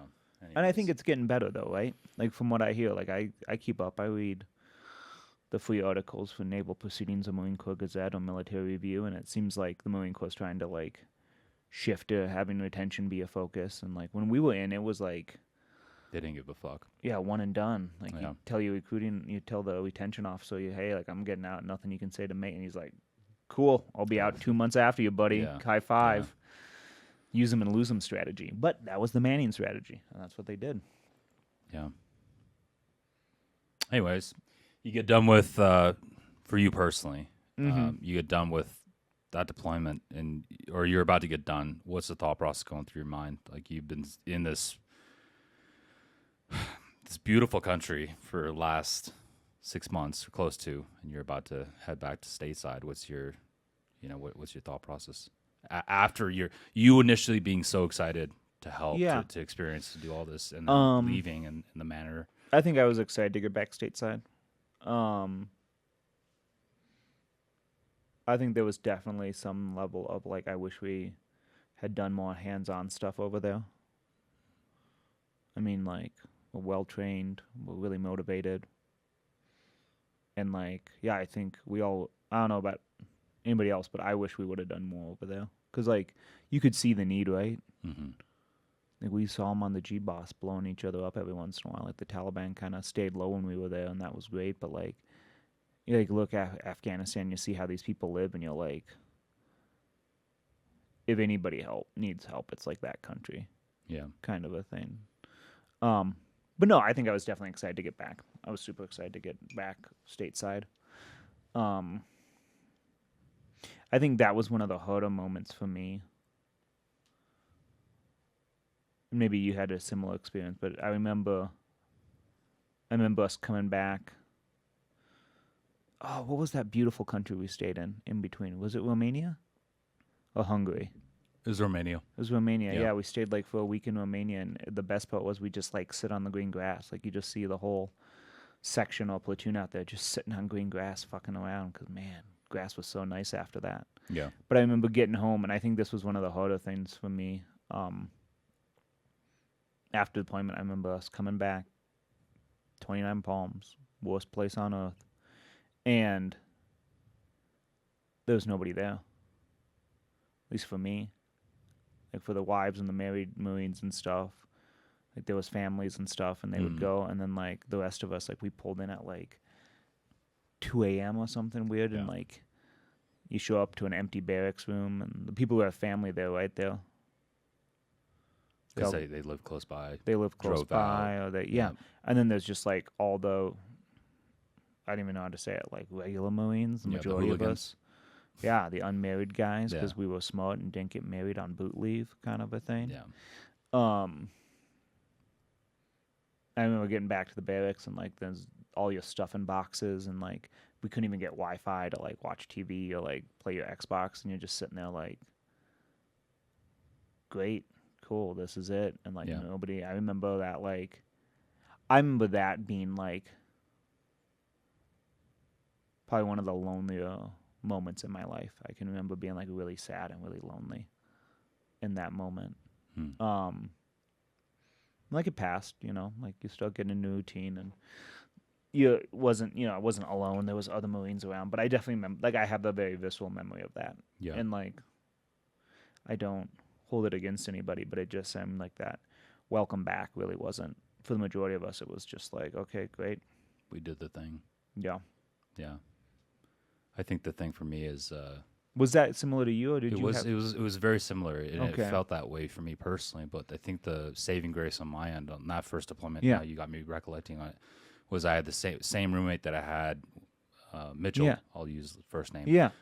Mitchell was the roommate I had before I left, and then we were both in our feelings at that moment. Like we I think we.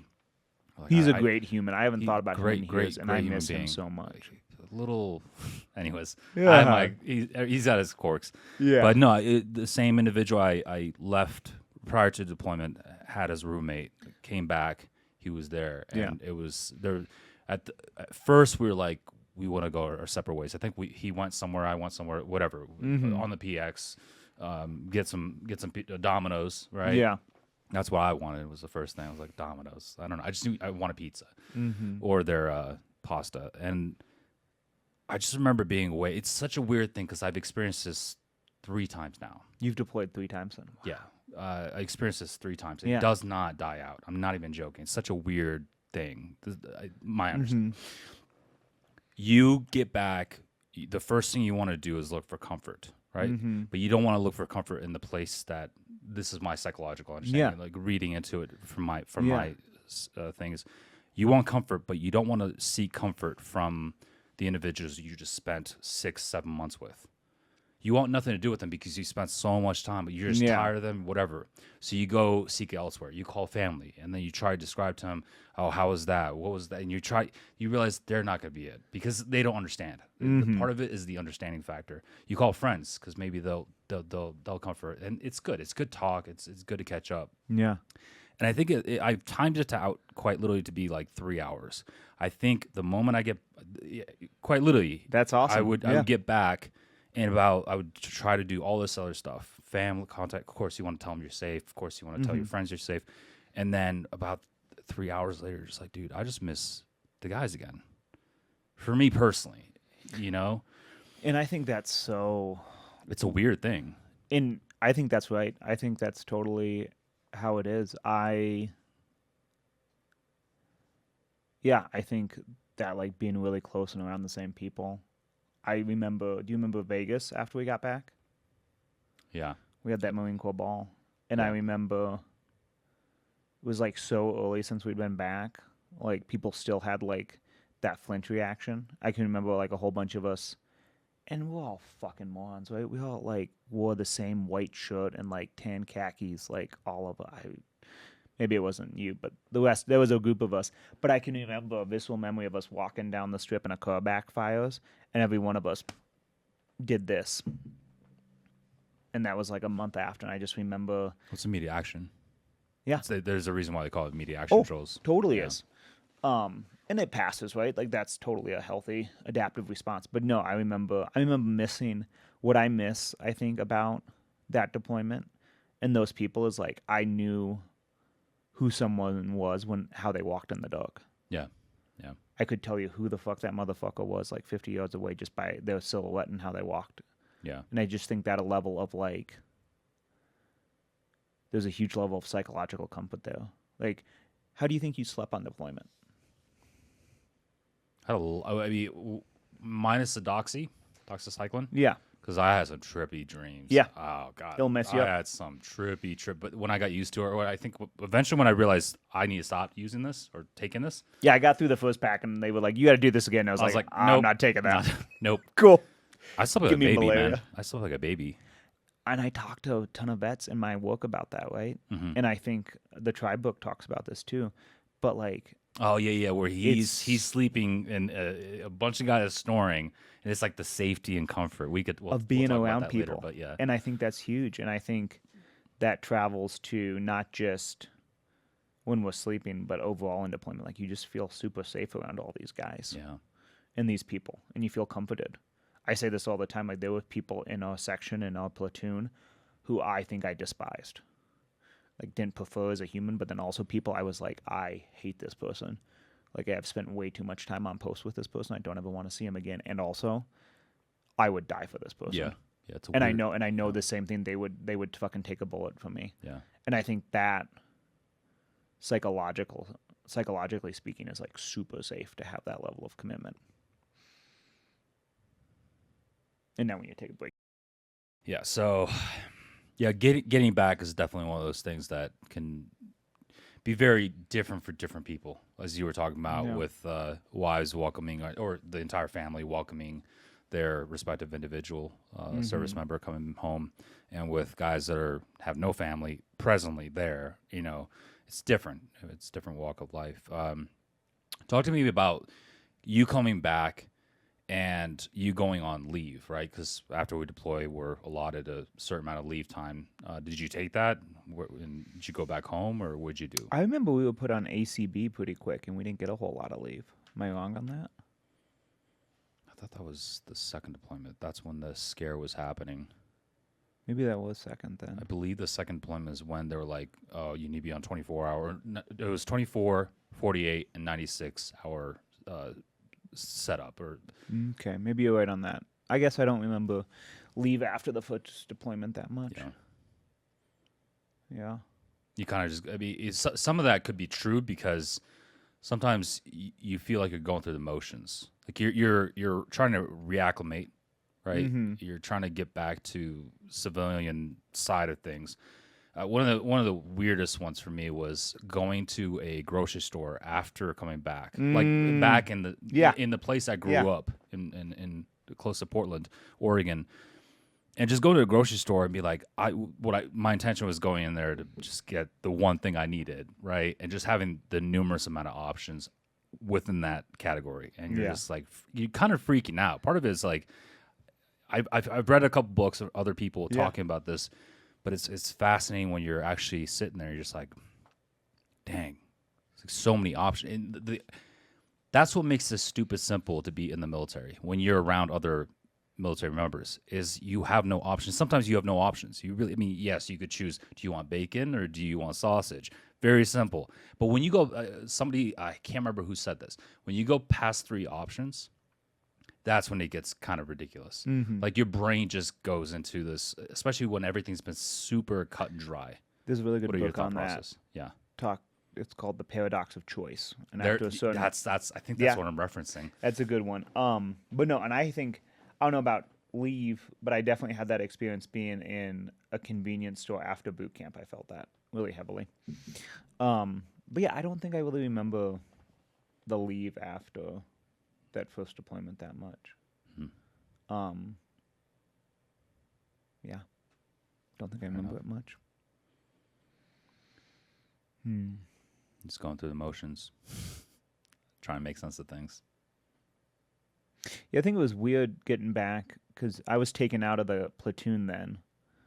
Because first sergeant before leave potentially could have been. Yeah, because first sergeant, because I had a college degree, and said a few things here and there, that because I knew things, and could auto sort an Excel spreadsheet. They put me in H&S Company as the company clerk, and I think I kind of thought that was cool and kind of like that. I think part of me misses like being with like the platoon or the squad. Yeah, I think I missed that a lot doing the company clerk position, but we don't get to pick those things, so. No, not at all. But I do remember coming by your rooms, and every single time I'd stop by, you'd just be. I remember you used to love Moscow mules. So I remember you used to. Oh, those was the best. Yeah. My brother went to school in Montana, and that was like the hot thing at that time. Was it? I remember that. Yeah. It's funny, but you always have a Moscow mule. You'd be like, "Camp, you want one?" or whatever. We would just start chatting, and you'd be like, "Man, I kind of miss being with the guys." You know, I do remember that you having like that. Kind of like a little bit of an inner battle, but it wasn't really your choice, as you said. It's 100%. You just get, yeah, you get put in there. And you get put in that situation. For you, what was your job as company clerk? Define that for anybody that doesn't know. So yeah, each company is like 120 guys, right around there, maybe 100 guys. So. Company clerk, I would help the first sergeant, who's kind of the personnel manager, the senior non-commissioned officer. I would help them do paperwork, basically. Who was on time, who was late, if somebody was going on leave, how to get them on leave, accountability every morning, and then just admin support for the sergeants. The platoon sergeants and the platoon leaders, generating reports and whatnot. I have like a really salient memory of sitting there with one of our sergeants and him like looking at a spreadsheet and not being able to get all the formatting to match, and me like blowing his mind that I could select all the columns, make all the text the same size, and then auto sort alphabetically. And he just looked at me like I was Jesus walking on water. And he was like, "Thank you so much, Brandhagan." Yeah. I was like, okay. Not that hard. Move the mic a little bit closer. Sorry. Yeah, not that hard. So, just a lot of admin paperwork stuff. Yeah. Mm-hmm. Yeah. I mean, it's hard to imagine nowadays, right? Excel. I love Excel. Really? I fucking love Excel. I have highly different opinions, but continue. Yeah, I love Excel because I love numbers, number one. And anyways, it's hard to imagine for people that don't understand, like that know Excel to the degree that I think the basic individual and to hear somebody that's senior enlisted that's been in the Corps for so many years, they're just like, well, I don't. Is it gonna help me kill the enemy? No. Do I really need it?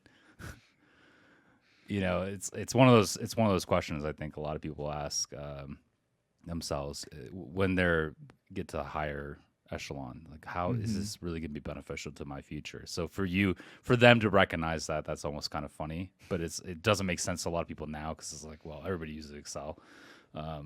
Yeah. Or at least has a basic understanding of it. And the guys that we were working with too, they would have been a little bit older than us too, so it wouldn't have been common in school for them to use it.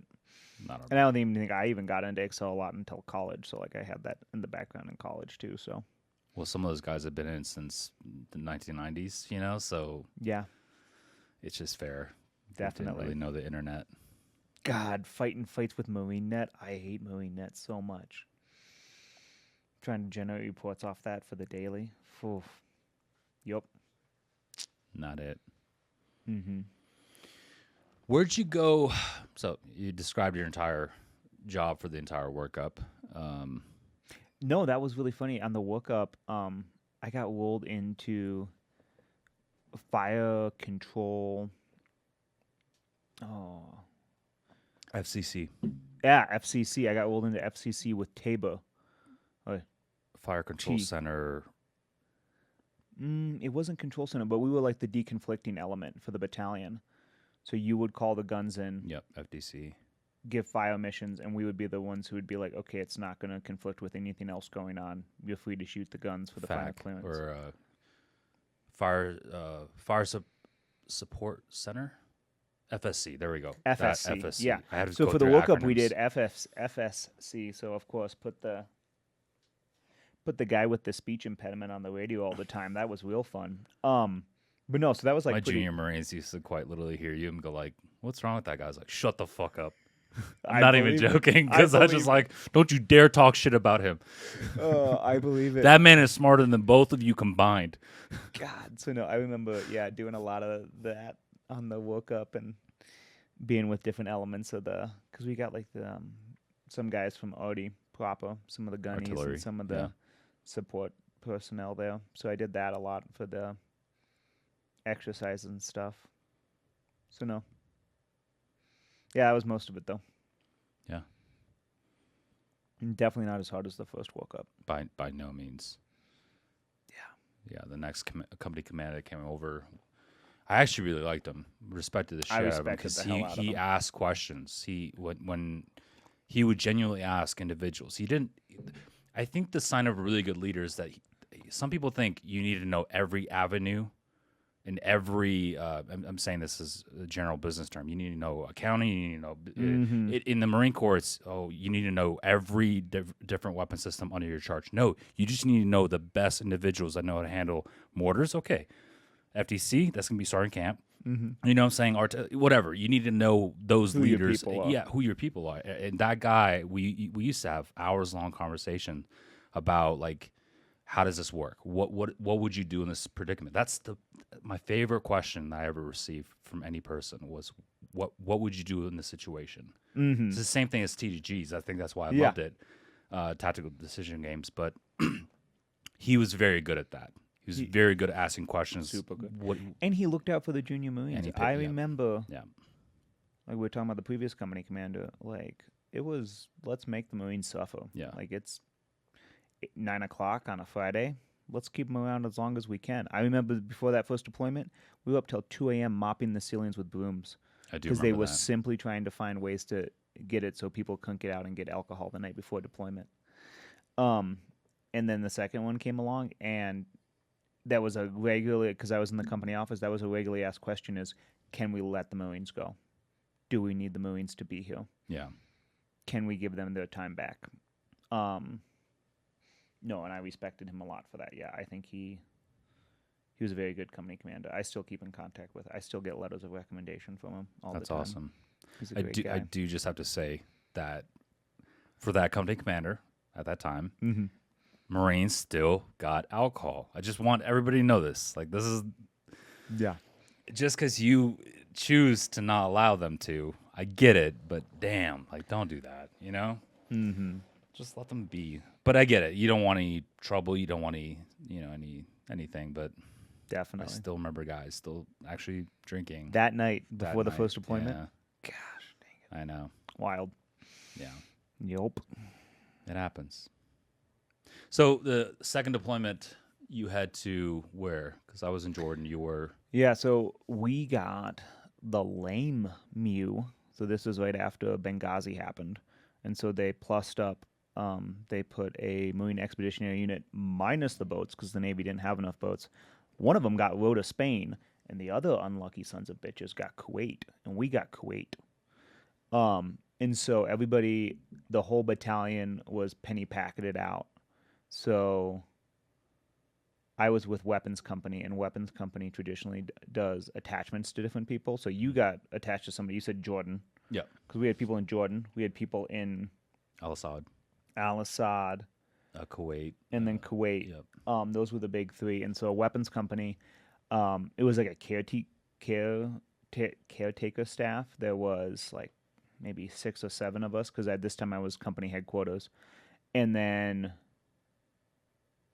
was it Ramadi or Fallujah fell? This was when ISIS was pushing in 2015. One of those big cities fell. And the response was we needed to put American forces into a place called Takeda. Yep. Um, Takeda. And so it was kind of a shake the battalion maneuver. I can literally remember I just about got to go into Kuwait City. Just about got to go out of the base. So happy. Had my civvies. It was ready to go. I think we had to buy like duct tape. It was just something dumb. We were literally going to the Ace Hardware. We were not allowed off base. And they come in, they go, well, go into Iraq. And we shook the battalion, and we had we took in a platoon from, I'm trying to even remember where they all came from, but we took in multiple platoons from different companies, figured it out, took a bunch of just anybody we could get, and then we had like a abbreviated company, and then we went into Takeda to do support for the Iraqi forces there. So we set up like a little base inside of a huge Iraqi base, and it was wild. So it was like kind of looking at the bones of the last conflict because Al-Takeda was an air base made forever ago. I think I looked up the history. I think like the Brits made it pre-World War II. And everybody's had it, and we bombed the hell out of it come 2003. And then when we took over after 2003, big American base there, tons of HESCO barriers, tons of connexes. And so we had to reoccupy this abandoned base section, and they had like gutted everything. There was no power, there was no AC, but my God, those bathrooms were insulated to hell. You couldn't go to the bathroom in any time that wasn't like 2 a.m. because it was way too hot. Nah, that's a lie, probably 4 a.m. So we landed there with just the most podgiest unit, and we were part of the security force. So that second deployment, I was really responsible for keeping the G bosses, which are big surveillance towers. Now you'll see them at your local 7-Eleven and or supermarket, which is absolutely terrifying. Crazy. So I think we had 5 of those on the base, and then I was responsible for help putting up this like weather balloon blimp thing that had a camera on it. And this was the cheap deployable expeditionary one, which somebody had sold the United States government for way too much money. And I swear to God, that thing blew up every second Sunday because it got too hot. The shell deformed, and the thing would fall out of the sky. And it was great because little Corporal Brandhagan had to go out there and catch it and then get the cameras off it. And the cameras were like $1 million or $500,000 a piece. But the envelope, the balloon itself, was like $10,000, and we just put one up every week, and it just fell down every week, and we put it up every week. And eventually I went to our company commander at the time. I was like, this doesn't seem practical. Yeah. Like, this is a lot of money. And his response was, not coming out of our budget, which is wild because anyhow. So that was primarily running like helping run the surveillance stuff for the base on that second deployment is what I mainly did in support of the Iraqis. And then like we had Navy SEALs on the base. We got to go out and do like 1 or 2 missions with them, and not mission is a strong term. Yeah. We got to like catalog Iraqis who were going into their military to go fight ISIS. That's what the thing was. Well, we got to help them train Iraqis with weapons and stuff. Little bit here and there. But yeah, that was most of the second deployment. We took IDF 2 or 3 times. More than that. It started coming in pretty regularly because then once we got the expeditionary balloon up, they got the really big, nice balloon up with the contractors that didn't fall out of the sky. Yeah. And because we were on a plateau, they would just rocket us all the time and mortar us. And then we got paladins in there, which are mobile gun systems from the Army, and we would counter battery fire them all the time and just blow stuff up all the time. Were they effective? Oh, I think very effective. Yeah. Because with that big balloon up, we could see them before they even set stuff up, and they would have those guys hit them all the time. Yeah. Get the point of origin. Yeah. No, I mean, not even point of origin. They would just see them on the cameras before they even launched. Oh, shoot. So you could, like... And then be like, oh, hostile intent, like... Yeah. Hit the button. But... I didn't know if they're overhyped is the big thing. I always heard about them. It's like, interesting, but... I think those paladins are pretty saucy. And I think like we have like an inferiority complex being mortarmen because we're like, we have 81s, and it's like compared to a 155, like... Or 120s, sorry. Yeah. First deployment was 120s, but yeah. We got to play with the 120s, but we got those on loan from the Army. Maybe. I don't give a fuck where we got them from. I know. We got to play with them. Anyhow. We got to do some serious amount of missions with that. Yeah, that was so loud. Anyhow, no, we took IDF. I remember one time because we were so surprised we were taking it, and my best bud at the time was a company corpsman, and they hit a fuel bladder that was like ginormous. Like I think it was like 20,000 gallons of fuel. They hit one bladder, and it went sky high. It looked like a little mushroom cloud. Yep. And I got a video of it somewhere, and it went up, and I just remember Green Place had to run over there and check for casualties. Thankfully, nobody got hit. Big base, little bullet, not a big deal. But after that, it sucked because we had to move out of all the nice air-conditioned tents back into the un-air-conditioned HESCO barrier structures and sweat it out. Yeah. That's what I remember about that deployment. Yeah. Yep. Any fun memories from that deployment? It was really interesting. It's weird to ask that question because some deployments are not meant to be so fun. Do you remember our first deployment? It was all like basically Marines. Like we had a few Blitz and stuff, but there really wasn't much on that. Jackson, like any other branches. It's MARSOC that was going through there. There were SEALs that went through. They did that was one of the fire missions we did. I know this because again I was in FTC Fire Direction Center. Yeah. So we had to coordinate with them, and they were doing a mission up north. So yeah, SEALs were there. MARSOC was there. But it was mostly Marines, that first deployment. Well, MARSOC is Marines. That's what I'm saying, yeah. So this second one was wild. Yeah. Like flying in, because I was headquarters platoon, like we were the last drop in there, and we had like Air Force National Guard from like New York for Sec Force, and like we land on this airstrip and they all go like con one on their weapons before we get off the plane. We're like, what are you doing? Like, this is a secured airstrip. Like, we have Marines out there, like in vehicle. What are you doing? So we had like Air Force people there. We had Army people there. Mm-hmm. We watched the Army guys on the G-Boss one time haze their boots in country. Like, I don't know what your experience was, but my experience on deployment was as soon as you're deployed, you're deployed. That stuff, that hazing, that quits. You are in country. Like, this is not a time to do that. And we saw these Army guys, like, hazing their own guys through the G-Boss. We're like, that is wild. Like, doing up-downs and kit and then having them dig a hole and more up-downs and kit. Anyhow. So that was wild. So fun, we were in this huge armored aircraft hangar that was a gym.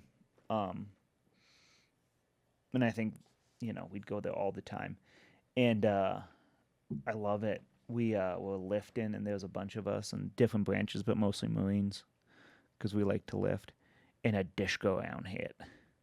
Mm. Dishka's like a Soviet version of a 50 caliber machine gun, and one, you hear this, and everybody in the gym just looks around.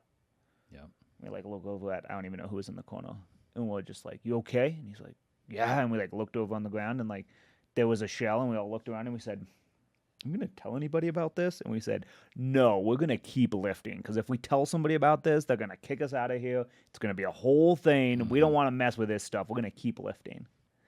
Oh, I remember when they finally put showers in. It took them like 3 months to put showers in, which was fine. You don't really need to take a shower. But it took them 3 months to put showers in. And I remember after the gym, I was showering, and here's Corporal Brandhagan in his shower shoes, walking back to his tent, Kevlar vest, and a towel around him with my rifle. And I look up, and I see these like black little smoke clouds up high, and I'm like, that's odd. And I'm like, oh, the alarm would have gone off if that's indirect. And then the alarm went off. And then, like, as I'm like trying to run back to the hut with a towel, wet, all this stuff, I can hear the tinkling of the shrapnel on the cement around me. Like, it wasn't effective, obviously, or anything. Like, big base, little bullet kind of spectrum. But it was like, this is really surreal. Like, okay. Yeah. So we got shelled a few times, but nothing major. So, yeah. That was the second deployment. Definitely, I don't know, not as fun as the first deployment, that's for sure. I think it's about the people. Yeah, and I think I was a little bit removed because in the company clerk position, you removed, and then just there was no company. The company was just like random platoons and squads from all over the place, and it was like very much like you don't know who is. I don't think you can ever explain this enough to people. Like, I don't think civilians would get it, but like, you love your company, you hate your battalion. Like, you despise your battalion. And the other companies, like, they're like the siblings you like tolerate but don't really like. So like in your company, you know everyone. You know them by how they walk, how they talk, all this stuff. And then you get thrown in with these other, and you're like, who are you? Yeah. And what is your problem? And how do you do things? Yeah. So yeah, that was a little bit different. The whole SOP and TTP thing, you know? Oh man, that's a real thing. Oh, it's huge. And that's even within a battalion, right? And a battalion's like 1,000 guys. Yeah. And it's just wild how like the levels of bonding like change so much from like squad, platoon, company, battalion, and it's just different. I do tell you who I did fall in love with on deployment though, combat engineers. We had a few combat engineers. Say less. Oh, we had combat engineers. We had the first CEB on our first deployment, if you remember that. I remember that. We had yeah.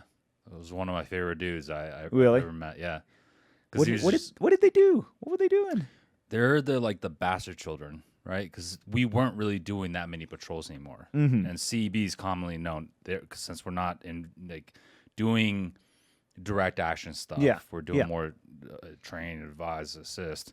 They're just like, what do we do with our guys? Oh, yeah, send them out to different FOBs and allow them just to integrate with the infantry guys. And so the guy that I stood post with was he was a member okay from CEB.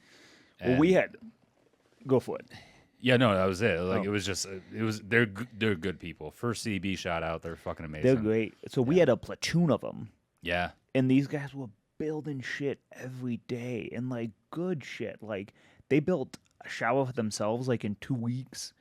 Like with like wood and like a frame and like a funnel, and they were putting up tons of wire, and then like they kept like redoing all these buildings. Like one building, they were like, "Oh, we got to tear that up. It has black mold in it. We don't want you guys to like have good VA connections when you get out. We'll tear that up for you, fix it." But no, they were just the best, and they just always had the best attitudes and like the skill sets, and they would just build stuff all around the fob all the time, setting That's up sick. Wire. No, they were really good guys. It was fun to like kind of work with them and get in with them a little bit. Yeah, and I don't know. It was also just fun to see some relationships develop between people. I guess one of my memories is that first deployment we were on, there was like this huge, and I think being around some of the officers more as a boot, like you don't talk to an officer at all. Like they don't, if they ask your name, you act stupid and pretend you forgot it kind of a thing. But being in the company clerk position and being older, I think I saw a lot more interactions between some Marines, myself included, but then other Marines and officers. And I just remember we were standing COC watch, and the combat engineer officer, who was a great guy, I forget his name, but he like was talking to one of the junior Marines, and he like spent 40 minutes talking to this kid about how to buy a car, and this kid was like 20 years old, maybe 19. And this was like his first deployment, and he was like a commo guy, and he was like I don't, what should I think about when I'm buying a car? And this like lieutenant was like had an accounting degree and was like, let me tell you, like let me save you a lot of pain and suffering. Like what you don't want to buy is an F-150 with 20% interest on your loan. Okay, like this is what you need to be looking for. And I don't know, I just have that memory of like, yeah, that guy just being like super generous with his time and his knowledge with the junior Marines. That's awesome. I find that they are a lot more patient, like their staff and lieutenants. They give way more fucks because kind of like bastard children, because they act as attachments more than anything else. So their spirit de corps unit cohesion is so much stronger than majority of Marine Corps or any unit, I think. Definitely. Because of that reason, they just get their bastard children. You know, it's fun. So you get back. I got back, and I got to get out early. I always feel weird about this. When people ask me, like, how long were you in? I'm like, I want to say 4 years, but it was actually 3.5 years. I got an early out because I couldn't make the next deployment. Yeah. And if I was taking up a body spot for the battalion, then they couldn't get somebody new in there. So I signed, and, like, they were asking me this question in the middle of the second deployment, like, when do you want to get out? And I was like, I'm in Iraq right now. I can't even think about this. So I just picked a date. I think I picked March 1st. So I came back, and I got a little shiny Lance Corporal, a little Asian kid who I had to train up to be the company clerk. I like ran him till he puked the first day.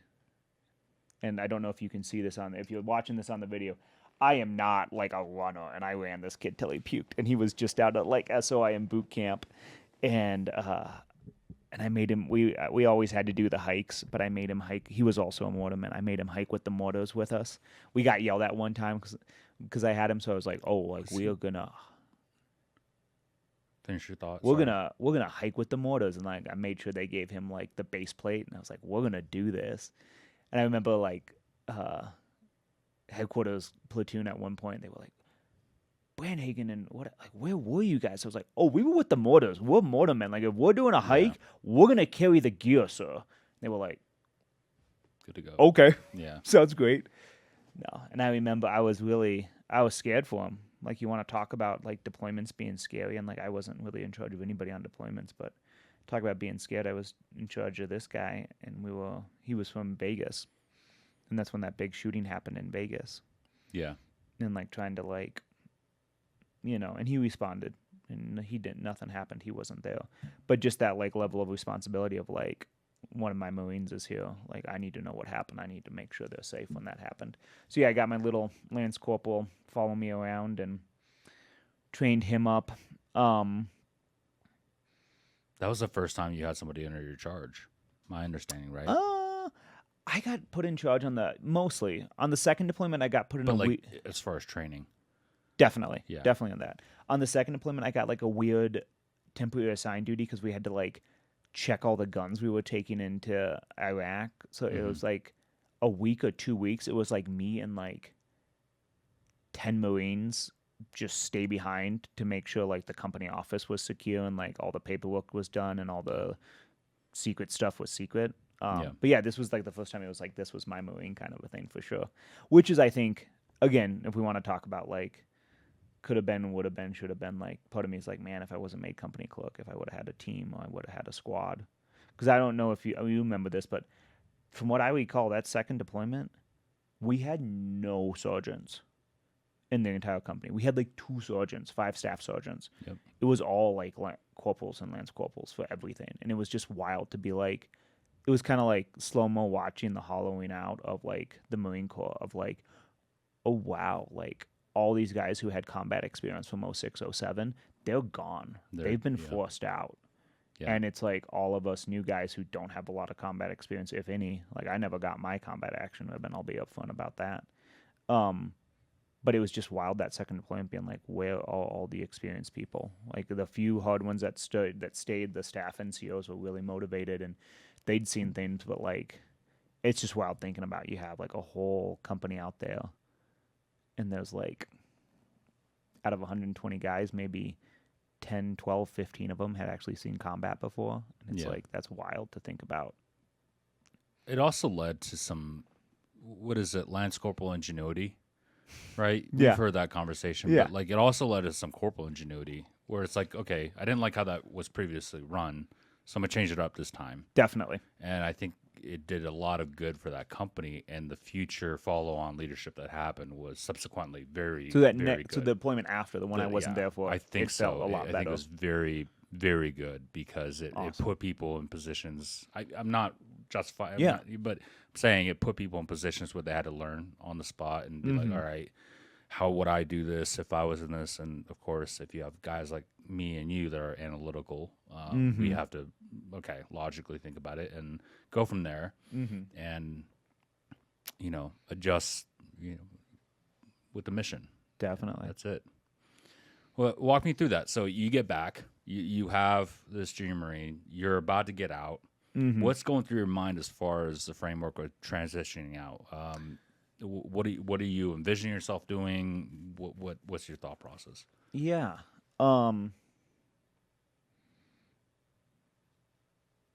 I think at that point I definitely wanted to get out. I think I'd been in the Marine Corps and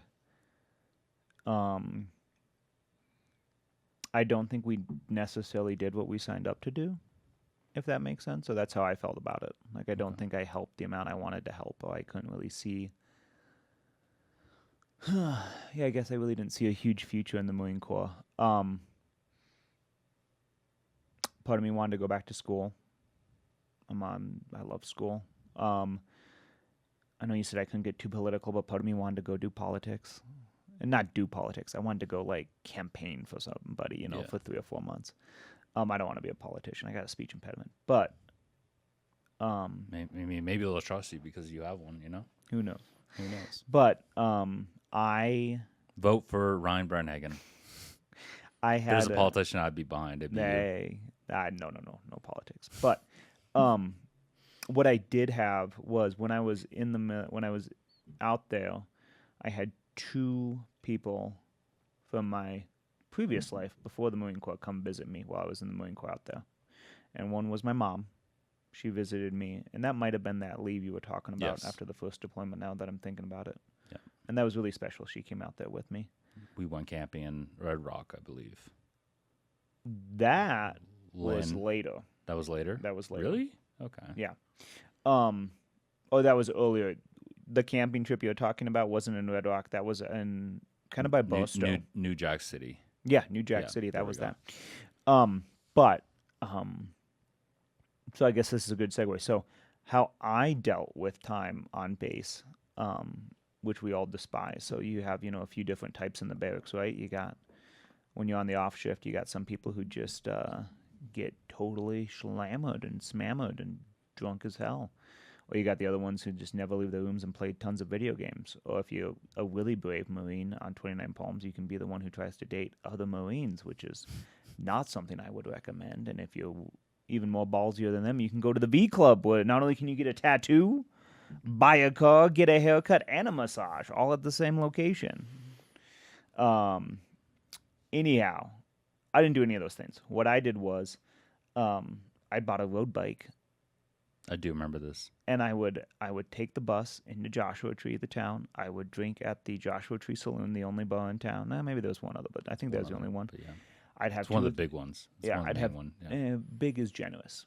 Big, the biggest in Joshua the area. Tree. Yeah, there we go. And then I would road bike up into Joshua Tree National Park. Yep. And the best way to bike uphill is a little bit buzzed at night, and you just don't know when you're going to plane out. And then the road would go from incline to flat, and I'd pull over, find some rocks, sleep outside, and then bike down in the morning. And that was my happy place off base. That was my peace. I'd always love leaving, because they could never get a hold of me. I never had an iPhone. So they'd send out those huge text messages and data plans, and like, Brandhagan has a flip phone, and like, you can't get a hold of it. Like, if you already released him, you're not getting him back. Love that shit. Yeah.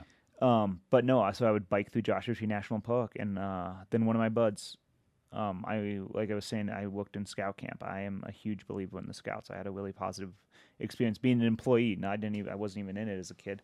But one of my good friends, he brought this gang out. He was working this weird job called wilderness therapy, where people with a whole lot of problems going on come out to the woods and try to find some healing and some help.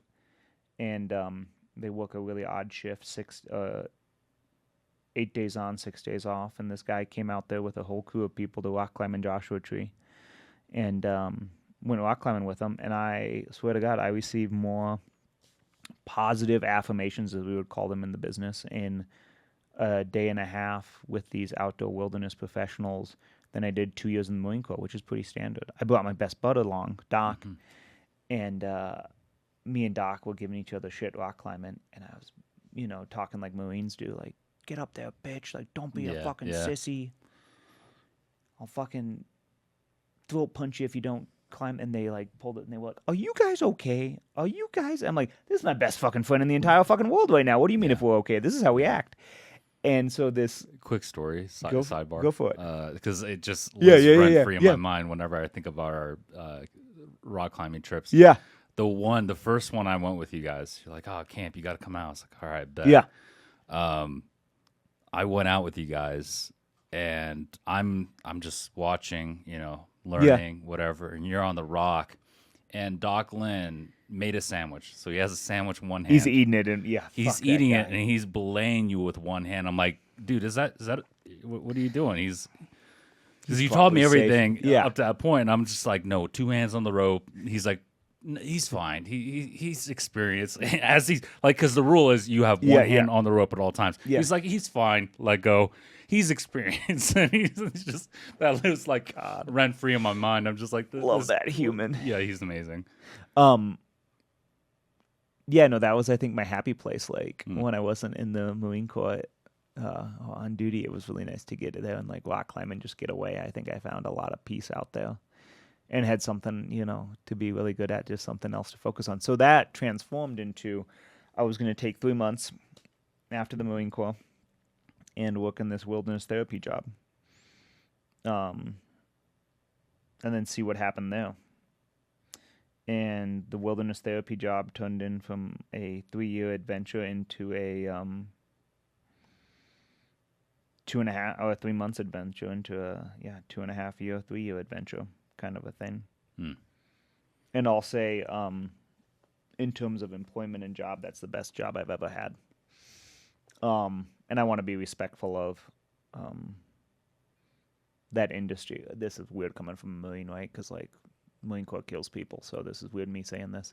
But like, the wilderness therapy industry, there's like some bad history with it and some really tough stuff and maybe some unhealthy practices. But the people I was with and the company I was with, like, I think they did things really right, and I really supported them. And it was, I think, a really good time in my life. I think I got out of the Marine Corps, and I had seen a Marine Corps that was really focused on the mission and not the people.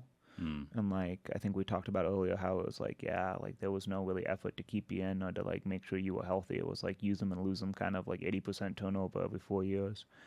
And so it was really wild to like come into a space in the wilderness therapy industry where it was like, no, like we are going to focus on people, and like people are the priority. People are the mission. Like, how do I help these people? And like that can look really different for a lot of different people. And so I got there and I was like motivated Marine. I like woke up like 5 a.m., would go on like a run, and these people are like outdoor professionals looking at me like, man, we get up at like 8. Like we roll out of sleeping bags when like the sun comes up, kind of a thing. What are you doing? And you want to talk about like responsibility, like, and I think the Marine Corps set me up in terms of like being responsible for other people and feeling competent and in control. Because like literally it would be like 2 or 3 of us instructors out there with, these teenagers, young adults with like significant behavioral problems or significant mental health issues, lots of suicidality. And like we take them in the woods, we take them hiking, we take them rock climbing, we take them mountain biking, and we get things done, and it was fine. And you want to talk about responsibility? Like, here's a 20-something right out of college. Yeah, take these kids halfway across the street, halfway across the state, go have an adventure, bring them back all alive, and we did. My company was really good about that. So they made me a lead guide after my like 6th shift, which is pretty quick. But they were really hurting for guides, and they were like, "Oh, you're a Marine, you can do this stuff." And I specialized initially with people on the autism spectrum. Mm-hmm. My mom's a special ed teacher, so I was really comfortable around people on that spectrum. So I did that for like probably 6 months, and then I asked to be changed out. I just wanted to have a different population who could just work a little differently, and then I got boys groups, so oppositionally defiant boys, 13 to 18-year-olds, got punched a few times. So that was real fun. They don't really punch that hard, though. And then after that, I got put into, we call them Kairos groups, but Mike and these guys were all over 18 years old, and it'd be people who like, whether it's suicidality or depression or anxiety, failure to launch, a lot of that, substance use, lots of substance use issues. They kind of usually all come together. So I got to work with them for a really long time. So no, I think when you get out, there needs to be a lot of healing. Even if somebody had like a really good military career, and I'm not saying I had a bad one, I didn't really see that action or anything. Wasn't traumatic really for me beyond just the stress of doing the thing. Mm-hmm. But I think I found a lot of healing in like the wilderness therapy stuff. I think that was really great, and I think that saved me from a lot of problems in that transition. I think nature in general could just be super healing. I agree. I think the outdoors, proximity to it, and accessibility to it. And I think being outdoors is like an unnatural state. Like that's one of the things about the Marine Corps, right? Is like, at least for us, I don't know about other Marines, but man, we spend so much time outdoors, and not in the good outdoors, in like the cheapest chips outdoors that like. But you can't lie. You slept the best. I mean, I don't know. For me personally, I slept the best when I was. Oh no, I'm just saying 29 Palms is not pretty to look at. That's all I'm saying. But we spent so much time outside. Yeah. In the Marine Corps. Yeah. And so I think that was healthy for me too, to spend time outside in wilderness. But no, I agree with you. I think nature can have a really healing effect. And I think like biologically, that's where we're designed to live. Mm-hmm. Like I work a 9 to 5 now in an office with no windows, and there's some days that's really tough, and I don't like it at all compared to my past jobs, kind of a thing. That's not true. I do like my job. I don't like that I sit in a small office with no windows, that's for sure. But I do want to push back and say, I also think it was the people. We talk about like having people around you can trust. Yeah. Like I was 8 days on, 6 days off. Like I trusted those other guides with me out there, and just having that security of like the students around me too. I can remember, it never happened in the Marine Corps, right? But I can remember getting off trail from wilderness therapy because we'd all sleep in big shelters side by side. I can remember waking up on Wednesday mornings, because Wednesday mornings was when we got off, in my own bed, and there was nobody else around me. Mm-hmm. And I would be like kind of freaked out. It would be like really hard for me. Not hard, but just like disturbing to be like, where is everybody? Like, where are the folks around me? In the wilderness, like I never had that problem. But that's when I really first started identifying that just having folks around can be really healthy, sort of a thing. Community. Like that. Mm-hmm. Yeah. Want to take a break? Yeah, sounds good. So you're doing this wilderness stuff with these kids. I could definitely see like it being so beneficial working with the next generation, and maybe in people that are struggling and stuff like that. I don't even know if that's my question, but When are you starting to think about like, oh, I want to go back to school, and what for? Definitely. So I think very similar to, like I was saying earlier about the Marine Corps, like deployments make a lot of sense, right? Yeah. Regular life, that gets really confusing.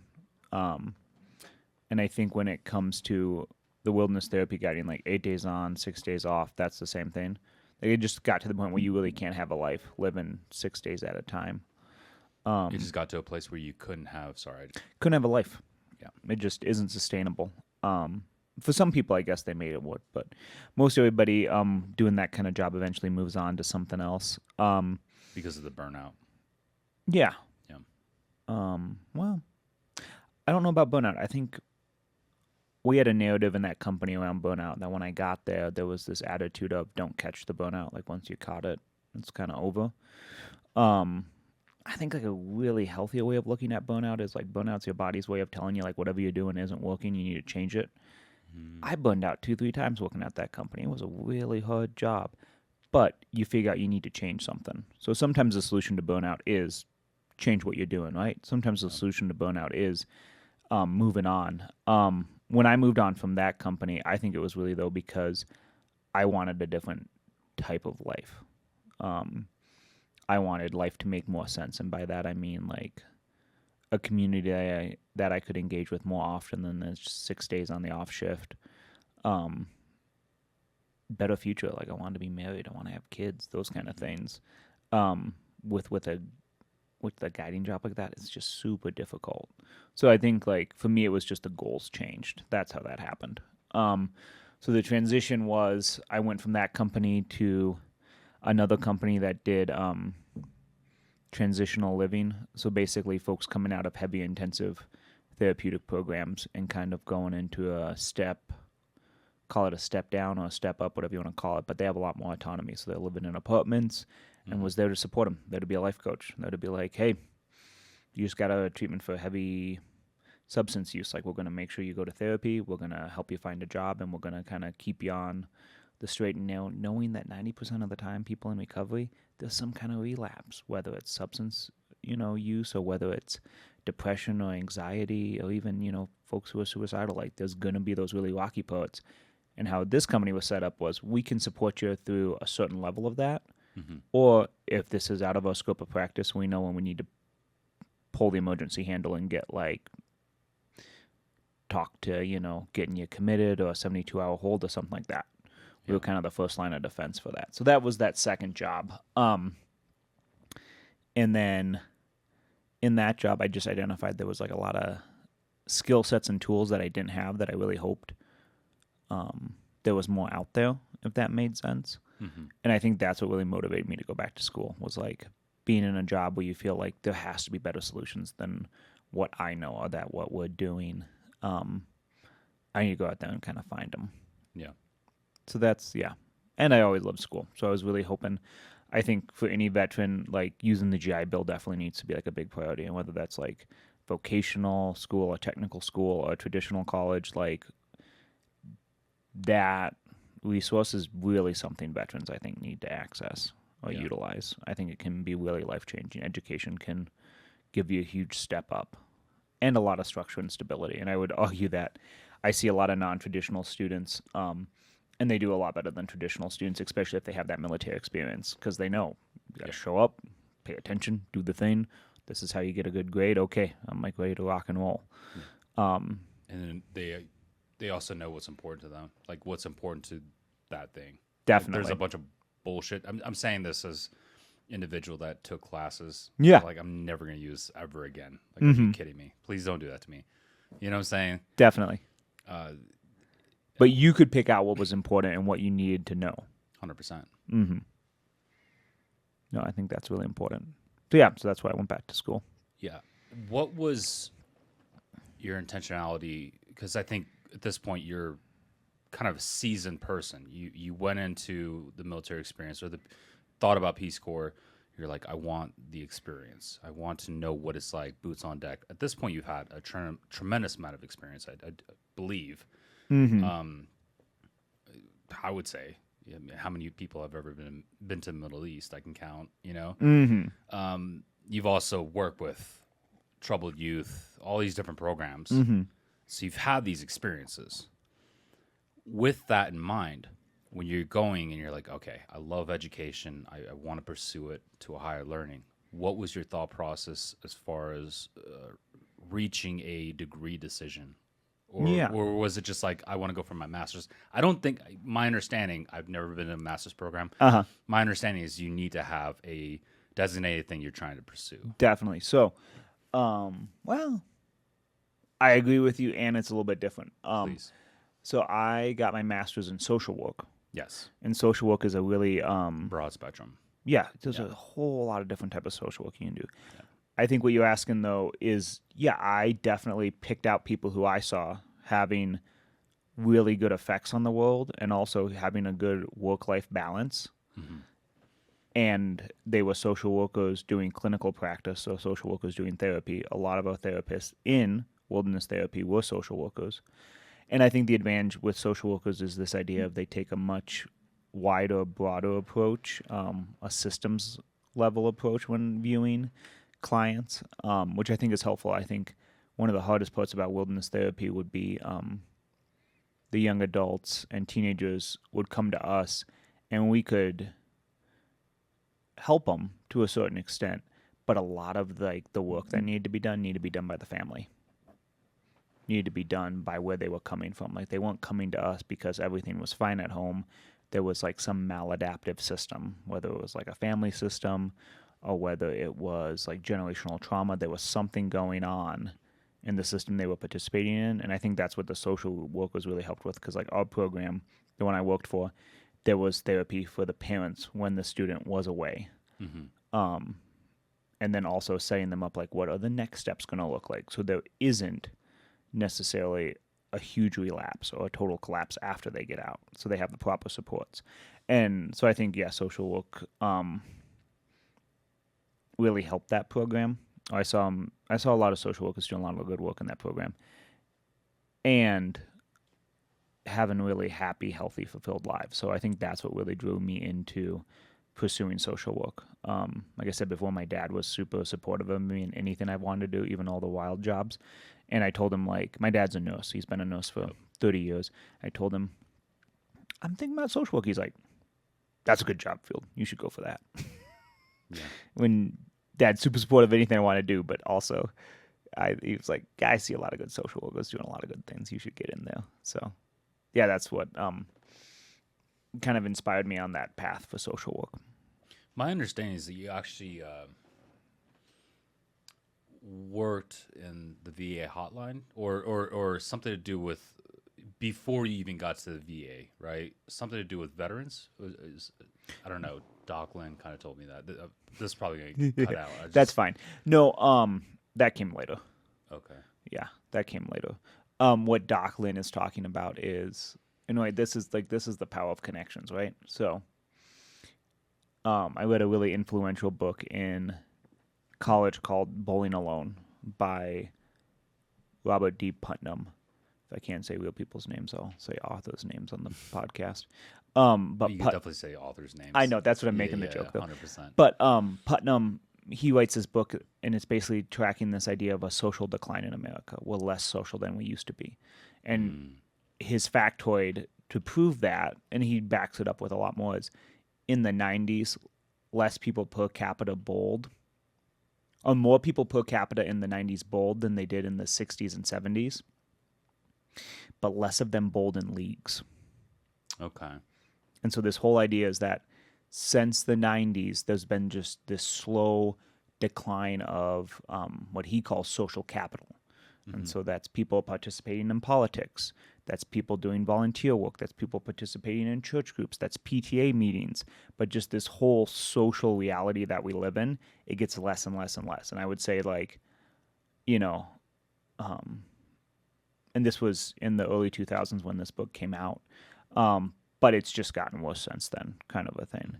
And I would say, if anything, like, that social capital in my life has really that idea of and he talks about it. It's not just like, because we're in a capitalist society, right? Like all this money stuff. But he talks about it. It's not just like money, but it's like emotional, intellectual well-being. Like people who have, like, they just did this Harvard study on happiness, and they found the thing that made people most happy is like deep, enduring relationships. And so like this social capital is really, in my mind, this is how I try to live my life. And so when it comes to that, like this interview is an example of this. Like we haven't seen each other in 10 years. We've stayed in a little bit of contact, but that's an example of this. And I don't know where this is going to go, but you're somebody I've known for a while. And so it's like, let's keep this relationship going. Let's invest this time, because who knows what the benefits are. Like I came in here today, like I have been really stressed. Like we got a government shutdown. I got a lot of clients who are stressed out. Yeah. Trying to get the house ready for us, maybe hopefully having kids, not anytime soon, but in the future. I got to take a licensing exam. Like I was stressed coming into in this interview. It was like, I know Camp's going to be here. I know I'm going to show up and we're going to have like a good conversation. We're going to connect. So my big thing is this idea of social capital is kind of how I've tried to live my life. And what Lynn was talking about is I was in my social work program. Social work is a female-dominated profession. It didn't used to be as much as it is now. I was the only male in my cohort. Out of 25. And I think this is like continues to be like a theme in my life. Maybe it's just me being self-deprecating, but I was like one of the few Marines with a college education, right? And I was enlisted. I was a Protestant at a Catholic private school. And now I'm like the only male in this social work cohort, kind of a thing. And I think that's good. Like I think it's good to be a little, like, to have these differences. And so I asked one of my I was asking around classmates, is like, I think male social workers carry themselves different than female social workers. Like I'm a big believer in that identity does matter. And so I wanted to get mentorship from a male social worker. And one of my classmates was dating this guy at the time who was a male social worker for the VA. So I met him. He's a good guy, talked to me. But he was engaged in this nonprofit that it's called Team River Runner. And he was the chapter coordinator for Fort Collins, and their whole goal is to take veterans out on kayaking and rafting trips. And I moved here partially to be a raft guide. I had 2 schools in mind to go to grad school, and this one I had a dear friend of around 18 years living here as a support system when I moved here. And it has a river nearby, so I knew I was going to have summer work as a raft guide. Which is one of the best jobs I've ever had in my life. So such a fun job, such a good life. And so I was like, okay, cool. So I did these kayak roll classes, volunteer things. And initially I was just a participant. I would go there, I'd show up. And also a really good way to, really a fun date idea. Brought my wife there, taught her how to roll a kayak. And then eventually, a few years later, it's down the line, and then this person asked me to take over. They're like, hey, I'm getting married. My life's getting busy. Would you like to take over being chapter coordinator? So this year I was like the chapter coordinator for this program, kind of a thing. But it's just all about, it's how these connections go. So that's what Dustin was talking about. Fair enough.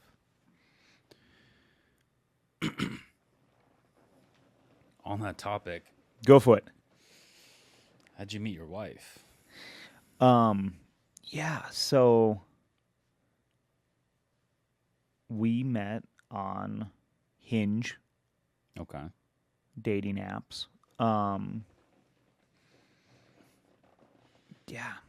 I think I'd been looking for a long time for somebody to like have as a life partner, somebody to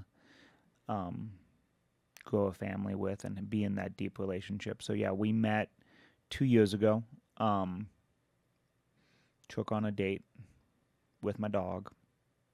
Dog is probably what sealed the deal. Yeah. I have a great dog. I wish he could be here in the studio with us. But,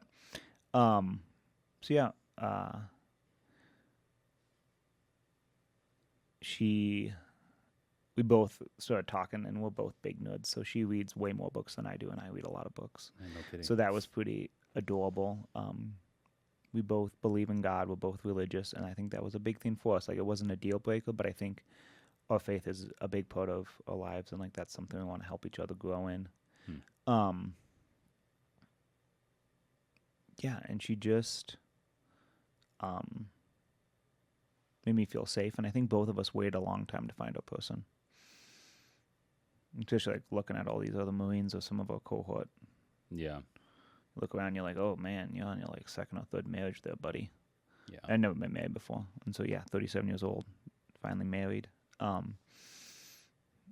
Happily married. So no, that's how we met. I took a rafting. It wasn't rafting, it was actually a ducky, so a 2-person kayak.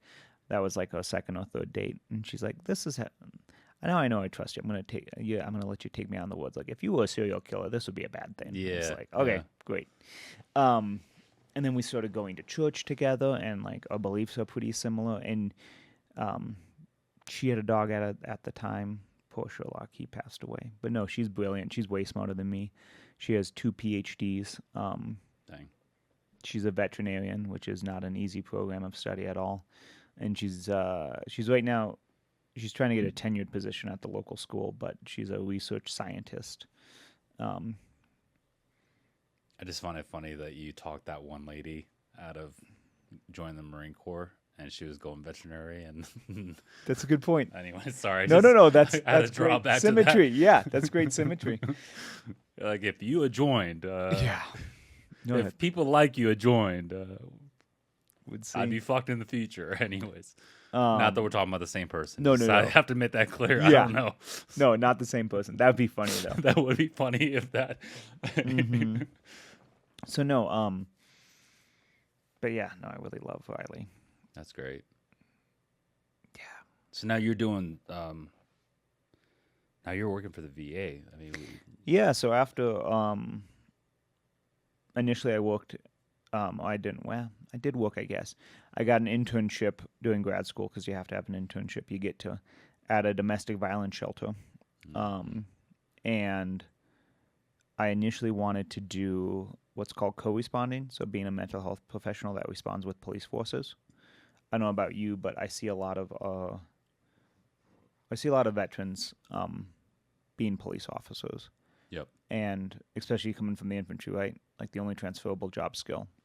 It seems like people are like work security, do this, and I think that's like, I think being a police officer is a really respectable profession, but I think it's a really hard job. Very hard job. Yeah. And I think they're being asked to do a lot. If anything, I think the fact that you could have like mental health professionals alongside police officers to deal with things that maybe aren't in their scope of practice or maybe not their primary focus, I think that could be really helpful. Is that, I don't know if I've ever heard that before. Is that specifically to Colorado? It's nationwide. Is it? And it looks different in every places. I just never have heard of it. Where a social worker goes out with the law enforcement side and responds to that event and deals with. That's very interesting. And so it's a growing thing, and I was really interested in it. So some places are doing it where it's like a 3-man team, right? Like you have a law enforcement professional, you have a social worker, and then you have an EMT. Okay. So if it's a criminal thing, if it's a medical thing, or if it's a mental health thing, like you can respond on the spot. Other times they have it where the mental health professionals are just kind of floaters and then like act as attachments if something goes wrong, but it just depends. Everybody has a different model. Interesting. But I was looking to get into that, and sadly the program wasn't quite to the point where they could take interns and stuff, which is why I got the position at the DV shelter, which I really enjoyed. I was response team manager for the crisis team, so the police would call us to provide victim advocacy services for victims of domestic violence. And so that was a great job. Tough sometimes, but really great to be able to like help somebody who is going through a really hard time, probably one of the worst days in their life, and trying to help them navigate the systems and just deal with the aftershock of that kind of thing. And it's really messy. Like domestic violence is very common and really hard. But after grad school, the co-responders, there wasn't like in the hiring cycle, and that one mentor I talked to you about who worked for the VA had said there was a job, so I just went and applied at the VA. And because I'm a veteran and because I have this degree, and I had at this time now, if we're talking about experience in the mental health, I had 5, so like 6, 7, had around 8 years of experience in the mental health field. And they hired me on to be a therapist. So yeah. I can't imagine your job as it's got to be difficult. I can imagine your job because I want to be I want to go in psychology originally. You do? Okay. I did. And there was parameters that held me back personally, realizing that I'm not the right person for that. We don't need to get into the reasons as to that. But for you personally, being in a space where you're hearing individuals talk about their life circumstances, and just I think sometimes it can be very burdensome because you have a high caseload, or maybe not. What is your way of kind of just getting back to like Definitely. So it sounds like what you're asking is re-energize yourself, or get in the right mindset in between cases or whatever. I ingest, but seriously like to say that I'm here to spread the gospel of books, board games, and boats. Maybe a little bit of beer in there too. There you go. So in my off time, I find like a lot of my rest in routine. So I like work out a bunch, and I think that's like generally accepted. Mental health professionals were all going to tell you that the healthiest thing you can do is like work out regularly.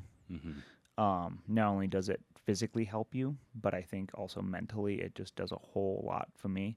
So I like lift between 5 to 6 times a week pretty regularly. Yeah. Like not a ton, like 45 minutes to an hour. Yeah. Life's busy, so I do that a lot. Try to walk the dog as much as I can, but she has a pretty active play date schedule, so she has like a bunch of places she goes. We have a bunch of friends who take her, which brings me to the next point of like having a ton of friends, like talking about that social capital idea I talked about earlier. I have a whole lot of these like really deep, strong relationships, like the first of which being my wife, and then also I have this dear friend in town, and him and his wife, and I've known him for 18 years. Calling my family like at least once a week. My brother, my dad, my mom. If I don't call them once a week, it's once every other week kind of a thing, talking to them. But the fun stuff, like, I'm a big fan of board games. Like, are you familiar with love languages? Yes, I am. Yep. So when it comes to love languages, mine are definitely quality time. Like, that's the big one for me. And so I think I really love board games with other people because it's like a structured. I don't know. Do you remember this? Afghanistan. In Afghanistan, I bought Risk Legacy. Risk, yeah. We played. Those guys. Yeah. I mean, you leave the board out. Everybody respected the board. Walk around the board. Yeah, don't bump it. Do not bump it because you're bumping pieces, and then you're gonna make Brandhagan very fucking mad. Yeah. Don't do that. Don't bump the board. Who the fuck moved? I do remember. I think it was Cross or Dallin that freaked out one time because pieces moved. I don't know. Definitely. It was a legit thing in our hab for sure. So yeah, that tradition of board games I think started when I was really young, Yeah. and then as I got older, and now we're living like in the golden age of board games. Like there's so many good board games out there, and so many fun, new, interesting ways. So like I love like my wife and I before I came over here. Yeah, we played a board game this morning. We had pancakes, sat down, played a cooperative board game. But I have a really close group of friends who play board games too, and so like if I don't see them, once a week, it's an odd week where I'm not like playing a board games with these people who I share life with, and that's like a really fun, structured way. Like a lot of my work, there isn't like an easy solution, right? No. There's no like I'm talking with people who are going through really hard things, who are working really hard to make their lives better, and like the solutions don't appear week to week sometimes for them. And I have to sit with that. I get to sit with them in that. And I think that's really holy. And it's really nice to look at a board game and know, like, there's a solution to this problem. Yeah. And in the next 45 minutes to an hour, we collectively are going to figure this out. Yeah. And then I can also be really competitive. I used to not think I was competitive. I used to say, I'm not a competitive person. I don't like being competitive. Sorry, I would have called bullshit a long time ago. Yeah. Well, little self-actualization for me there. But yeah, no, and it's really a fun space to be competitive in a really friendly way. So I think the board games is a big part for me. The other one is boating. So I moved here. I was a raft guide. In the summers, I literally go out Friday and Saturday. Oh, not Friday. Saturday, Sunday. sometimes Friday. The first year I did Friday, Saturday, Sunday. I got 45 days in. This year I cut back. I was just so burned out last year, so tired. So again, talking about burnout and like you have to change something. This year I only went 2 days a week usually. Okay. Sometimes it turned into 3, but 2 days a week, and I only got 37 days in. But like the fact that I can bring people on the water, and have that like quality time with them, like I'm in nature, I'm being social, I'm like sharing a skill set with people, and going back to this idea of responsibility, right? Like, I think a lot of my life has been putting myself in situations where I can serve others, but also like I like being relied on. I think as like men, we like having people rely on us, right? Yeah, purpose. Huge purpose being relied on. And like when you're in a raft and you're the raft guide, like you have to be relied on. Like you are the only person getting that boat down the river. Yeah. And the river we have here is very narrow, very technical, and it's really fun to be like, at the same time, everybody else has to do their job. Like I have to pretty instantaneously like get you to trust me that I'm going to get you down this river safely. And I also need you to do what I say to get down this river. And I need you to get into this thing that's like inherently dangerous, and we've probably only known each other for 30 minutes, but I need you to do this skill set thing for me, okay? Because if you don't, it's going to be a really rough trip. And then I get to invite friends. Now that I'm not working, I get to invite tons of friends. I get to have my own boat, and that's just amazing to invite people into that space. So I spend a lot of time doing that. And like the winter, I don't know. I used to ski, but skiing in Colorado can kind of be tough right now. So we're trying to figure out what to do to stay happy in the winter. So I'd say that's how I recharge those things. Sounds like you have a pretty well-established plan. One of the phrases that really sticks with me is this idea of, and I heard it somewhere, it's you find your rest in routine. It's very true. Like if you have a routine, like lean into that routine. Like when things get tough, it's not about necessarily like and maybe, like we said, in burnout, maybe things have to change. But when it comes to like, if you have a routine, you can lean into the routine and go, okay, cool. I know these things are going to bring me joy or bring me purpose and meaning in my life. I'm going to keep doing these things when it gets hard. Yeah. Well, you got your master's in social work, working as a therapist. What do you think is this something that you're like passionate about, want to maintain, love it? Definitely. Or are you looking, what are you planning in the future? Planning in the future, so I'm in the process right now of getting my LCSW, so currently I operate under another social worker's license. I'm supervised, and then I have to take an exam, and then I will definitely, I think I really want to continue at the VA. I think they have, for multiple reasons. One, I'm a veteran, and I think I identify with a lot of those clients. Two, and I think I was really intimidated by this, but a lot of my prior work has been in with women and females. Yeah. And in the VA, the majority of my clients are males, which totally makes sense, right? Mm-hmm. And when it comes to therapy, male clinicians are highly underrepresented in the total population of mental health professionals. And like, if we want to talk about the current mental health epidemic for men, it's pretty huge. Yeah, skyrocketing. Like when I talk to my male veterans, and for females too, the risk is high, but as veterans, we are just highly susceptible to suicide, like statistically speaking. Yeah. And especially if we're male, like that's huge. And like we have to find solution to those problems. And I think the other thing is, with the work that's done at the VA, a lot of the work being done there, they have a lot of effort and resources because veterans are a well-resourced population, generally speaking, compared to other populations and groups.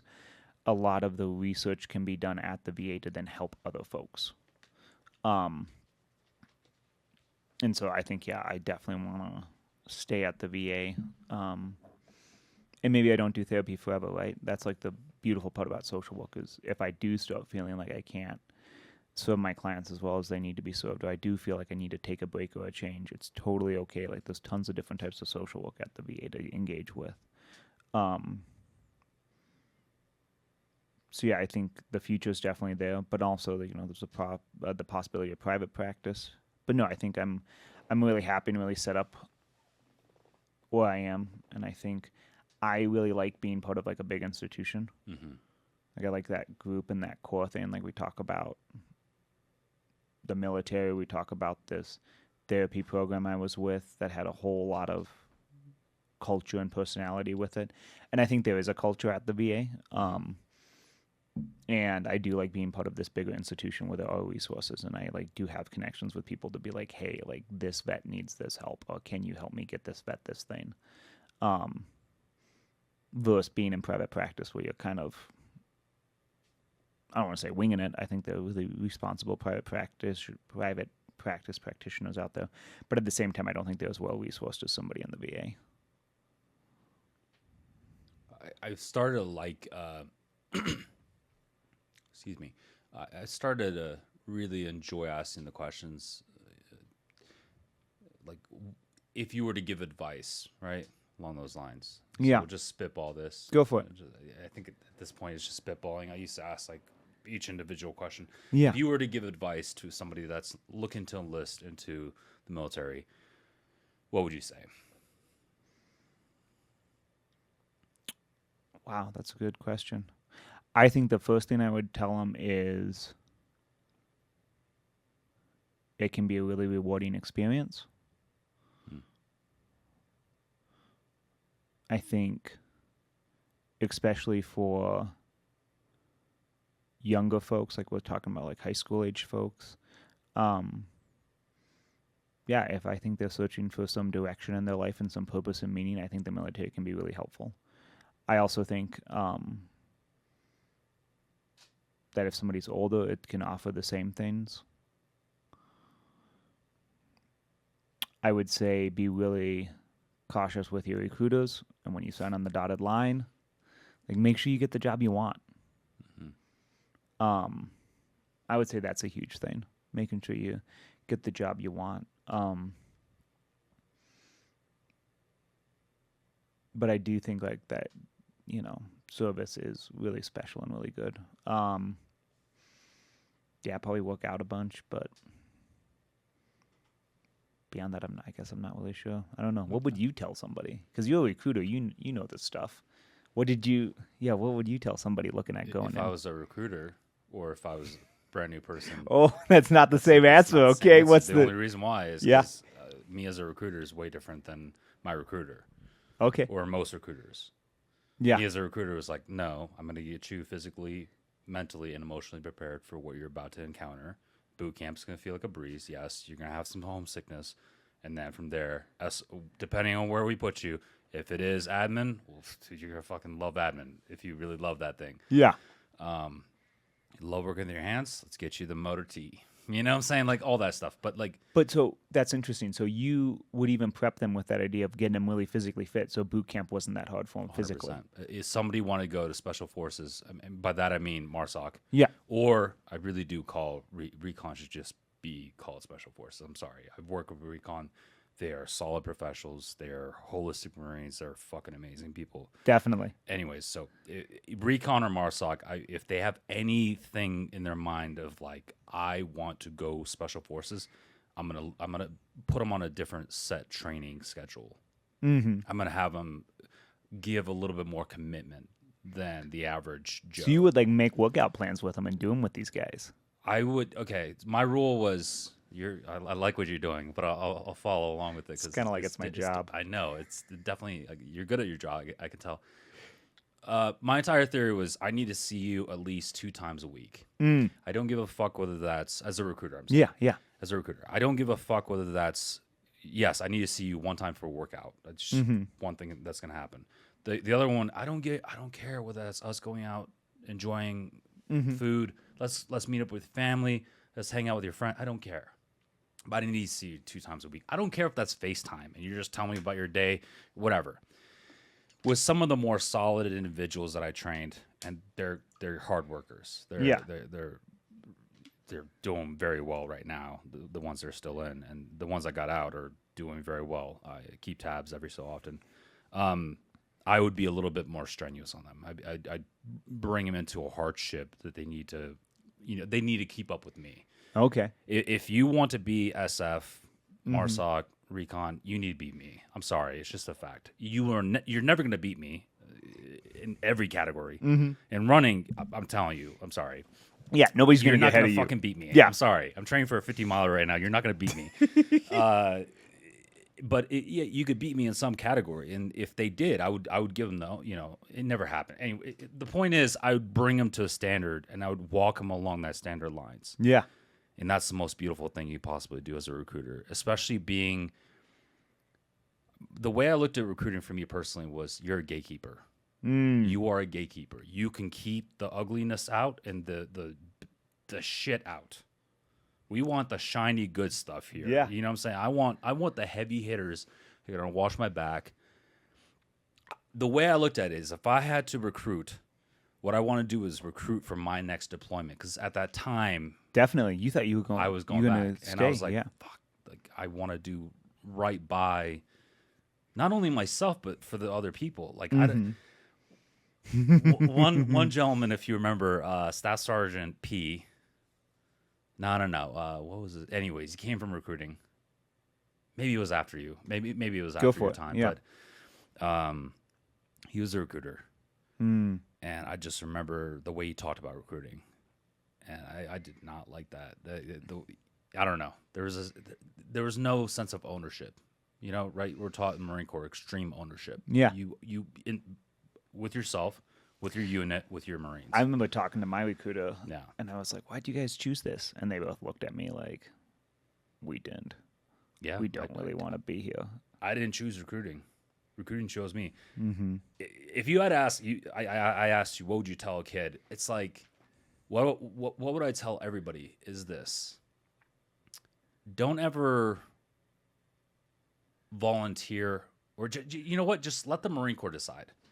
Right? This is 100% what I realized, which is, if you decide your next duty station, you're going to have only you to blame. But if you allow the Marine Corps to dictate the fact that you got stationed in New Jersey recruiting, if I love that entire experience, I could blame the Marine Corps. If I hated that, I could blame the Marine Corps. I couldn't blame myself, though. You know what I'm saying? There's something like...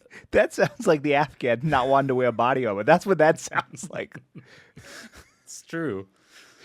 God wills it. If it's gonna happen, it's gonna happen. As the in Arabic it's said, inshallah. Yeah. Right, Lord willing. Like, Marine Corps willing. Yeah, but anyways, you got me off track. What's the advice that you give for somebody that's looking to transition out of the military right now? Like, they're active duty, they're getting close that day. What's the thing you would tell them? Like, yeah, no, I think that's a really good question. So,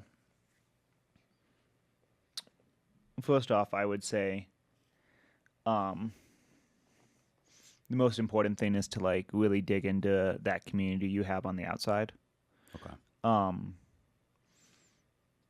And it might be, I can see it could be really hard too if you're like an 18, 19-year-old, all your friends are in college or graduated now. Mm-hmm. But at the same time, like if you have friends outside of the Marine Corps, like dig into that. Like keep your Marine Corps friends and know you are going to have to make new friends. And I would say like when it comes to like where you're going or where you're going to move, like try to move there with somebody. Like don't bring somebody there, but if you're going to go to school in a place that has somebody. Like I've been really blessed in my life. Like when I made the move out of the Marine Corps, I moved to Salt Lake City. I had like a really good friend there who was like not best man, but one of the groomsmen in my wedding. Yeah. And then the next groomsman in my wedding was the fella I know from Fort Collins, who I've known for 18 years now. That's crazy, yeah. And like those relationships are going to be really powerful. So I think it's like really identifying who's your community and like leaning into that. Because this is the thing, right? And this is hard because I think a lot of people come out of the Marine Corps and they're really looking for that purpose and community. And like it's not going to be the same. And so, like, there's a moment we can, like, grieve that, right? We can grieve that, like, I'm not going to be a Marine again. Like, I'm not going to be in that community. I'm not going to do those things. Okay. And I think the gift of the Marine Corps is it shows us how powerful and how beautiful that community can be. So now it's your job to go find it. Yeah. And it's not going to look the same. It's going to look really different. But if you don't go find that, right, if you don't go looking for that community on the outside, you're definitely not going to find it. And I think that community is going to like give you a lot of purpose. I'd also say, like I said before, education. Like I think going to whether it's college, technical school, vocational school, like getting some skill set under your belt. Yeah. If the Marine Corps lets you take classes in college, or if your military branch lets you take college classes or certificates while you're in, like use that all you can. But I would say that would be my big advice for somebody getting out. Yeah, community and school. I think those things are like pretty good recipes for like doing really well. And if you can hold on to those people who you knew in the Marine Corps like really well and really closely, that's awesome. Yeah. But also like I'd be worried about people not having the skill set to like make those friends and find those connections in the civilian world. Mm-hmm. And so maybe like practicing those skills a little bit. Yeah. Because like your civilian friends aren't going to know what you've been through. Not at all. And that's okay.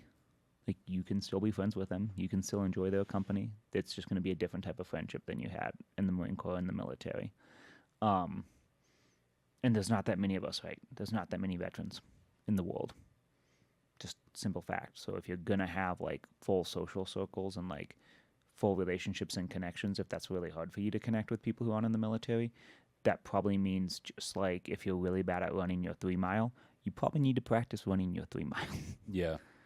Because I think it can get really lonely out there for veterans.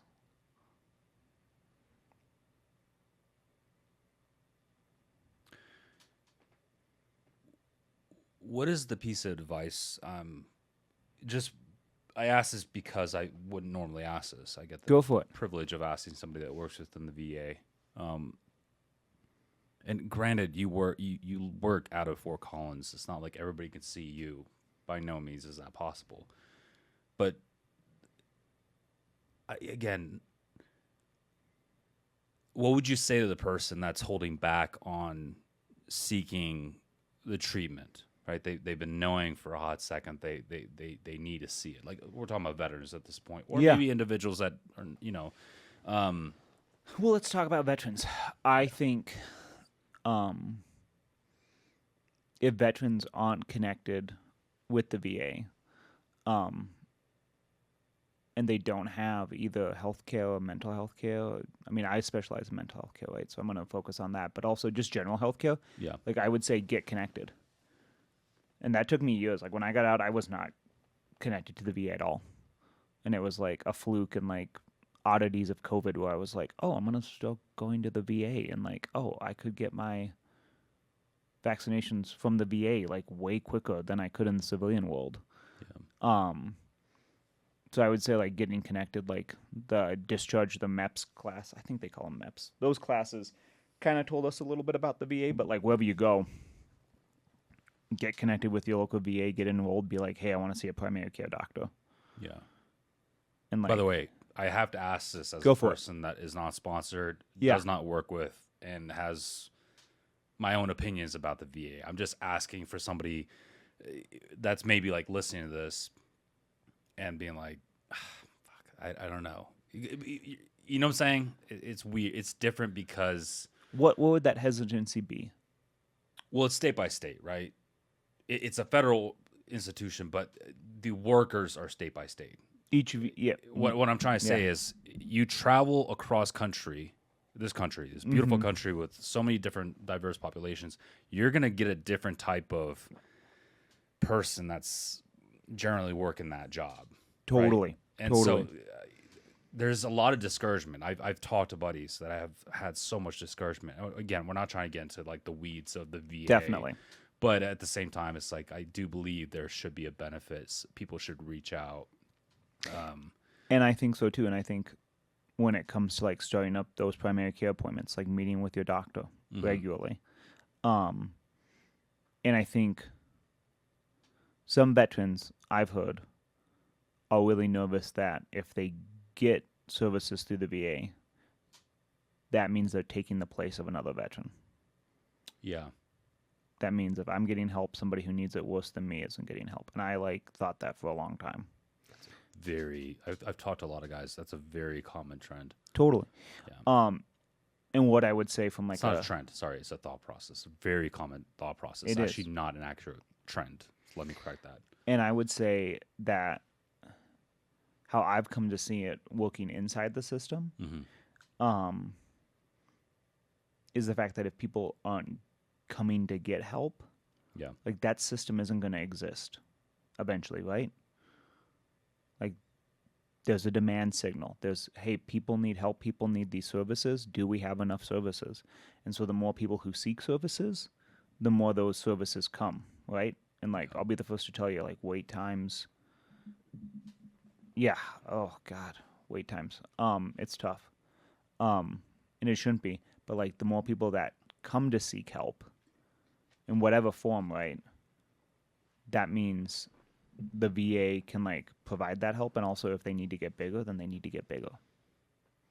So I would say like to any veteran who's saying like, I don't know if I need this help, like if you're having that question that maybe you need help, like okay, probably means you need to come see somebody, or you need to come talk to somebody. Like if something's really hard and not changing, and whether that's like mental health stuff or, you know, a lot of the veterans I see, it's physical stuff, right? It's like medical conditions. It's like, and it's not necessarily, even if it's, my thing is, even if it's not like service connected. Yeah. You know, if it's just like, hey, doc, this hurts. Hey, doc, like, and hopefully, like you said, it sounds like you had some friends who had maybe subpar. Totally. Yeah. And every VA is different. Yeah. I think the VA that I'm with right now, I've heard some great things about the one we're talking about. I have some buddies that have talked about it in very high esteem. And so I think I get lucky with that. But that's the other thing I would tell people is if they're not pleased with, and this goes in the civilian world too, right? If you're not like happy with the medical care you're getting from your provider, in the VA you have a right to ask for a different provider. I think a lot of people don't know that. It's very, and that's something I try to tell people in all my sessions, right? Is like, hey, if we're not fitting, like therapy is really about building this strong therapeutic rapport and relationship. And if like something isn't clicking right, if I'm not your cup of tea, nothing personal. Like let's figure out who you can connect with, because it might not be me. Yeah. You know, maybe the fact that I'm a Marine put somebody off. Cool, that's fine. Maybe the fact that I'm a guy put somebody off. Cool, that's fine. Maybe the fact that I have like a big beard. Great. Okay. If you don't want a bearded clinician, that's your right. Bald, man. I can't talk probably to you the baldness. bald. It's probably the baldness. Why have we sat this entire time and you're bald and I have a problem with that? I don't know. So no, I would say though, if like somebody isn't getting the care that they think they need, then it's like asking for that change of provider kind of a thing. Yeah. Because I think it's like really about like searching and trying different things out. And so like that'd be my big thing is, right, like anytime there's any kind of like, how to put it, anytime you feel like something isn't going right, it's like, okay, how do we change this? Like what do we look for? How do we make it change? And overcome. Totally. And or reevaluate actually is the bigger one there. And the other one is reaching out for help. Yeah, you're not alone. You're not alone, and I think you're definitely not alone. And I think just as important, well, maybe let's take that again. I think, if somebody needs help, it's really important to reach out. I also think like, and whether that's like to your loved ones or to like friends and stuff, that's also a gift, right? Yeah. Like I have a lot of veterans tell me like, oh, I can't ask for help. I go, okay, cool. How do you feel when somebody asks you for help? And they go, I feel fucking wonderful. Yeah. I feel like reaching I'm out. great. Oh, gosh. Exactly. And then the thing is, okay, cool. So if you're the one reaching out to help, you're allowing that other person to help you. And that's a really fulfilling experience for that other person. Like when we talked and you reached out to me, you were like, hey, do you want to come do this podcast video thing? I'm like, hell's yes. Camp needs help. Camp wants a thing. Let's do this thing. Yeah. I think it can be really easy to like isolate ourselves and not ask for help. And I think that asking for help, just as much, it's a gift to the other person. And that doesn't mean you always get it, right? Like you can also have boundaries. But 9 times out of 10, especially when it comes to veterans, I think other veterans are really willing to help, and also like other other civilians, I think there's a whole lot of support. I wasn't in Vietnam. We weren't alive in Vietnam, and I see these Vietnam vets coming in and talking to me about their experiences, and I think we got blessed by being in a different political climate when we came back compared to the Vietnam veterans. Yeah, concur. 100%. And I think a whole lot of people, left, right, or center, are just really supportive of veterans. And I think that's, so if you do need help reaching out to a veteran, great. If there isn't one around, I think regular people, civilians, there's a lot of civilians willing to help veterans and really care about veterans. Man, some good advice. Bottom line up front, I think it's just reaching out and having a sense of community. I look forward in the future potentially talking to you about Tribe, that entire book. I know that's something that really grounded me in my understanding of transitioning out. But that's a later date, later time. Definitely. Man, it's been such a pleasure having this conversation with you and just getting to pick your mind about similar situations.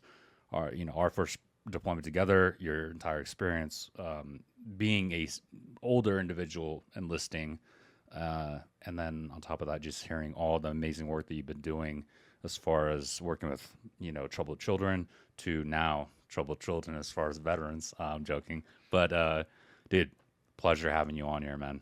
Great being on camp. I'm really happy that we got this time to reconnect, and this has been great. Yeah, thank you.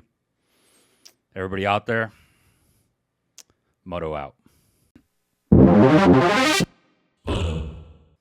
question that might want to be in. I would look for elaboration. I really liked what you said about finding community for people.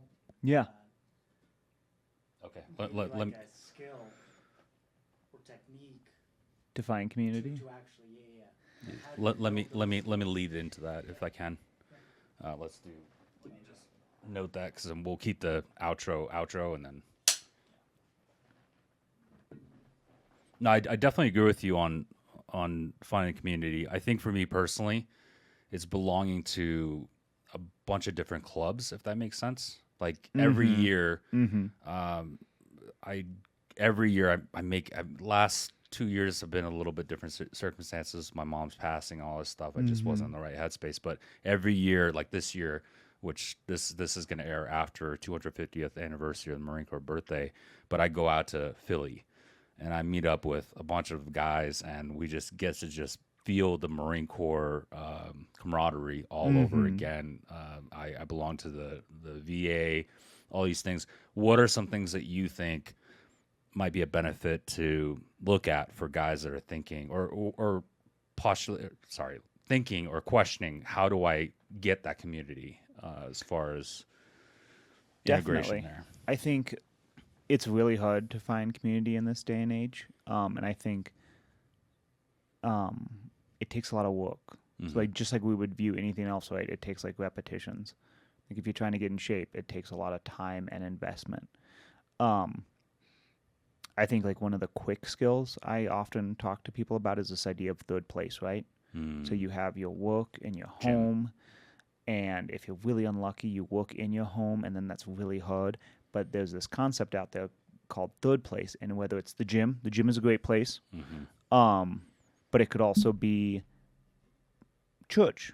It could also be maybe a local restaurant or a coffee shop or maybe a game store.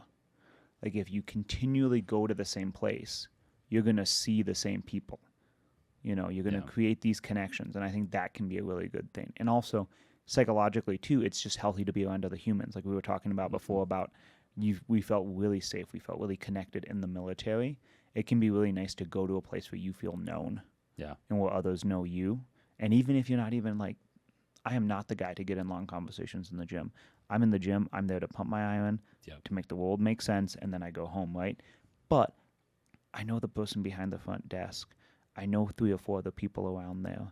I'm around these other humans who, do I trust them with everything in my life? No. But do I just kind of know who they are and like I'm around them? Yeah, totally. Yeah. So I think like limited community can be found in the third place idea. and if like you're willing to like engage more, I think people want to engage. And so I would say also starting conversations, looking for common interests. I think movies, TV is really interesting. Podcasts are really, interesting. Talking to people about those things. And then also whether that's like asking people out for like a drink or for coffee or for board games. Again, I keep going back to these board games. It is like a huge amount of quality time spent with other people in an intimate setting where, sometimes the objective is the board game and sometimes the objective is we're going to play this game and we're going to actually have a conversation about life. Yeah.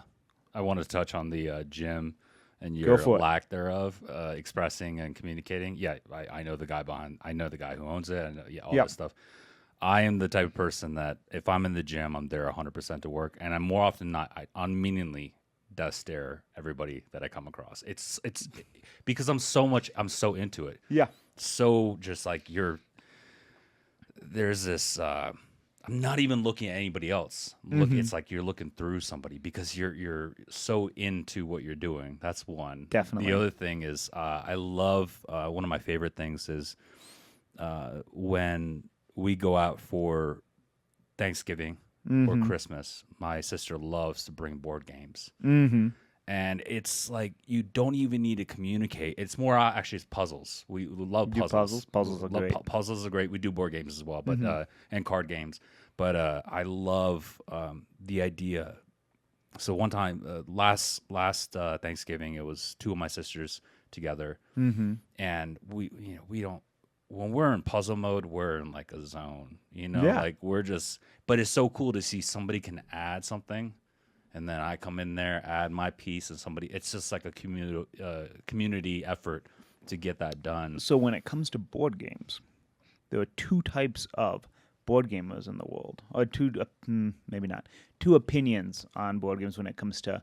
Some of us think, some people are either board gamers or they're not board gamers, and then other people in the community believe there's a board game out there for everyone. You just have to find it. Yeah. And so what you're talking about, though, it sounds like, is you like cooperative games. Yeah. So cooperative games, there's a great one I just played today called Sakura. Dwarf Romantic, and we played the Japanese edition, so Sakura. So in Dwarf Romantic, you're slowly building a city with however many other people you're playing. So you flip a tile, and you put that onto the rest of the tiles, and then you score at the end of the game. But you're all doing it communicatively. So you win and you lose together. Yeah. And it's all about this like problem solving together in community with each other. So those are like really fun ones to do. Mm-hmm. So yeah, cooperative ones are great out there. Yeah, 100%.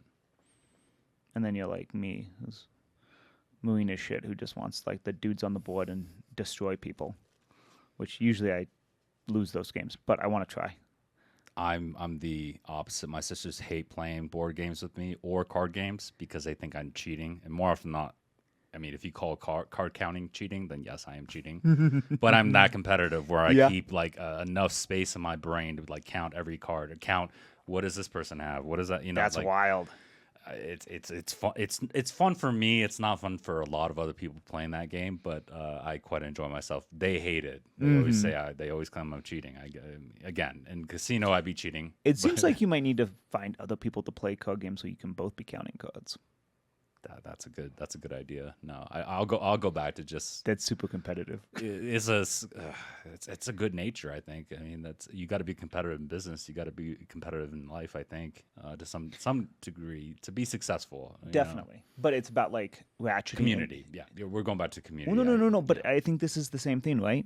Because like with that competitiveness, we want to be in spaces where we can be competitive, but it's about having that negotiation. Whether it's board gaming or in life, about like, well, what are we doing here? Because like, is the juice worth the squeeze? Like, you can win this board game, but like, if you never get to play that person in another board game, like that means you just lost somebody to play a board game with. Is that like worth winning? Maybe it is. Like, you got to make that call on that day. You know what I'm saying? I get you. As a Russian in me, I'm just gonna say I'm always gonna stick with my thought process on it. It's Go just for it. One of those things. It's true. Like what is it? We JJ knows. We brought in a new member in the family. My nephew, one of my nephews. Yeah. Girlfriends at the time then turned fiance, and then turned wife. And we Mm-hmm.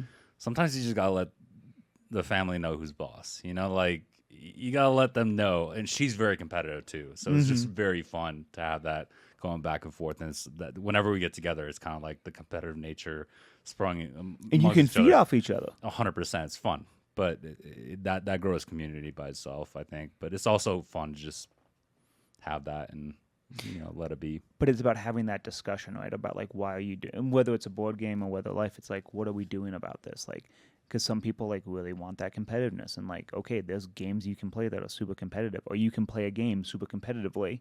Yeah. Or there's the times when you're like, man, like, I just really want to sit around here, like, drink beers and like play a board game, but like not super seriously. And it's about having that conversation and being able to like, just like working out. Like some days you're gonna PR, and other days like you're just not. It's okay. That's what the objective is, though. Yeah, I think that's why I go back to the puzzle thing, is just being like, yep, that's community, and we established that. Like, I think the cooperative ones you would really like, but that's just maybe. Man, there's like 1,000 board games a year put out nowadays. There are a lot. I don't know. I once played. I plan to have this guy on the podcast for sure, but I once played Magic of the Gathering with a gentleman. Yeah. And how did you do in that? Because Seal plays that a shit ton. Seal's an influencer now. Oh, is he? By which I mean he just had a kid. Yeah, you can cut it. It's with his good. wife, and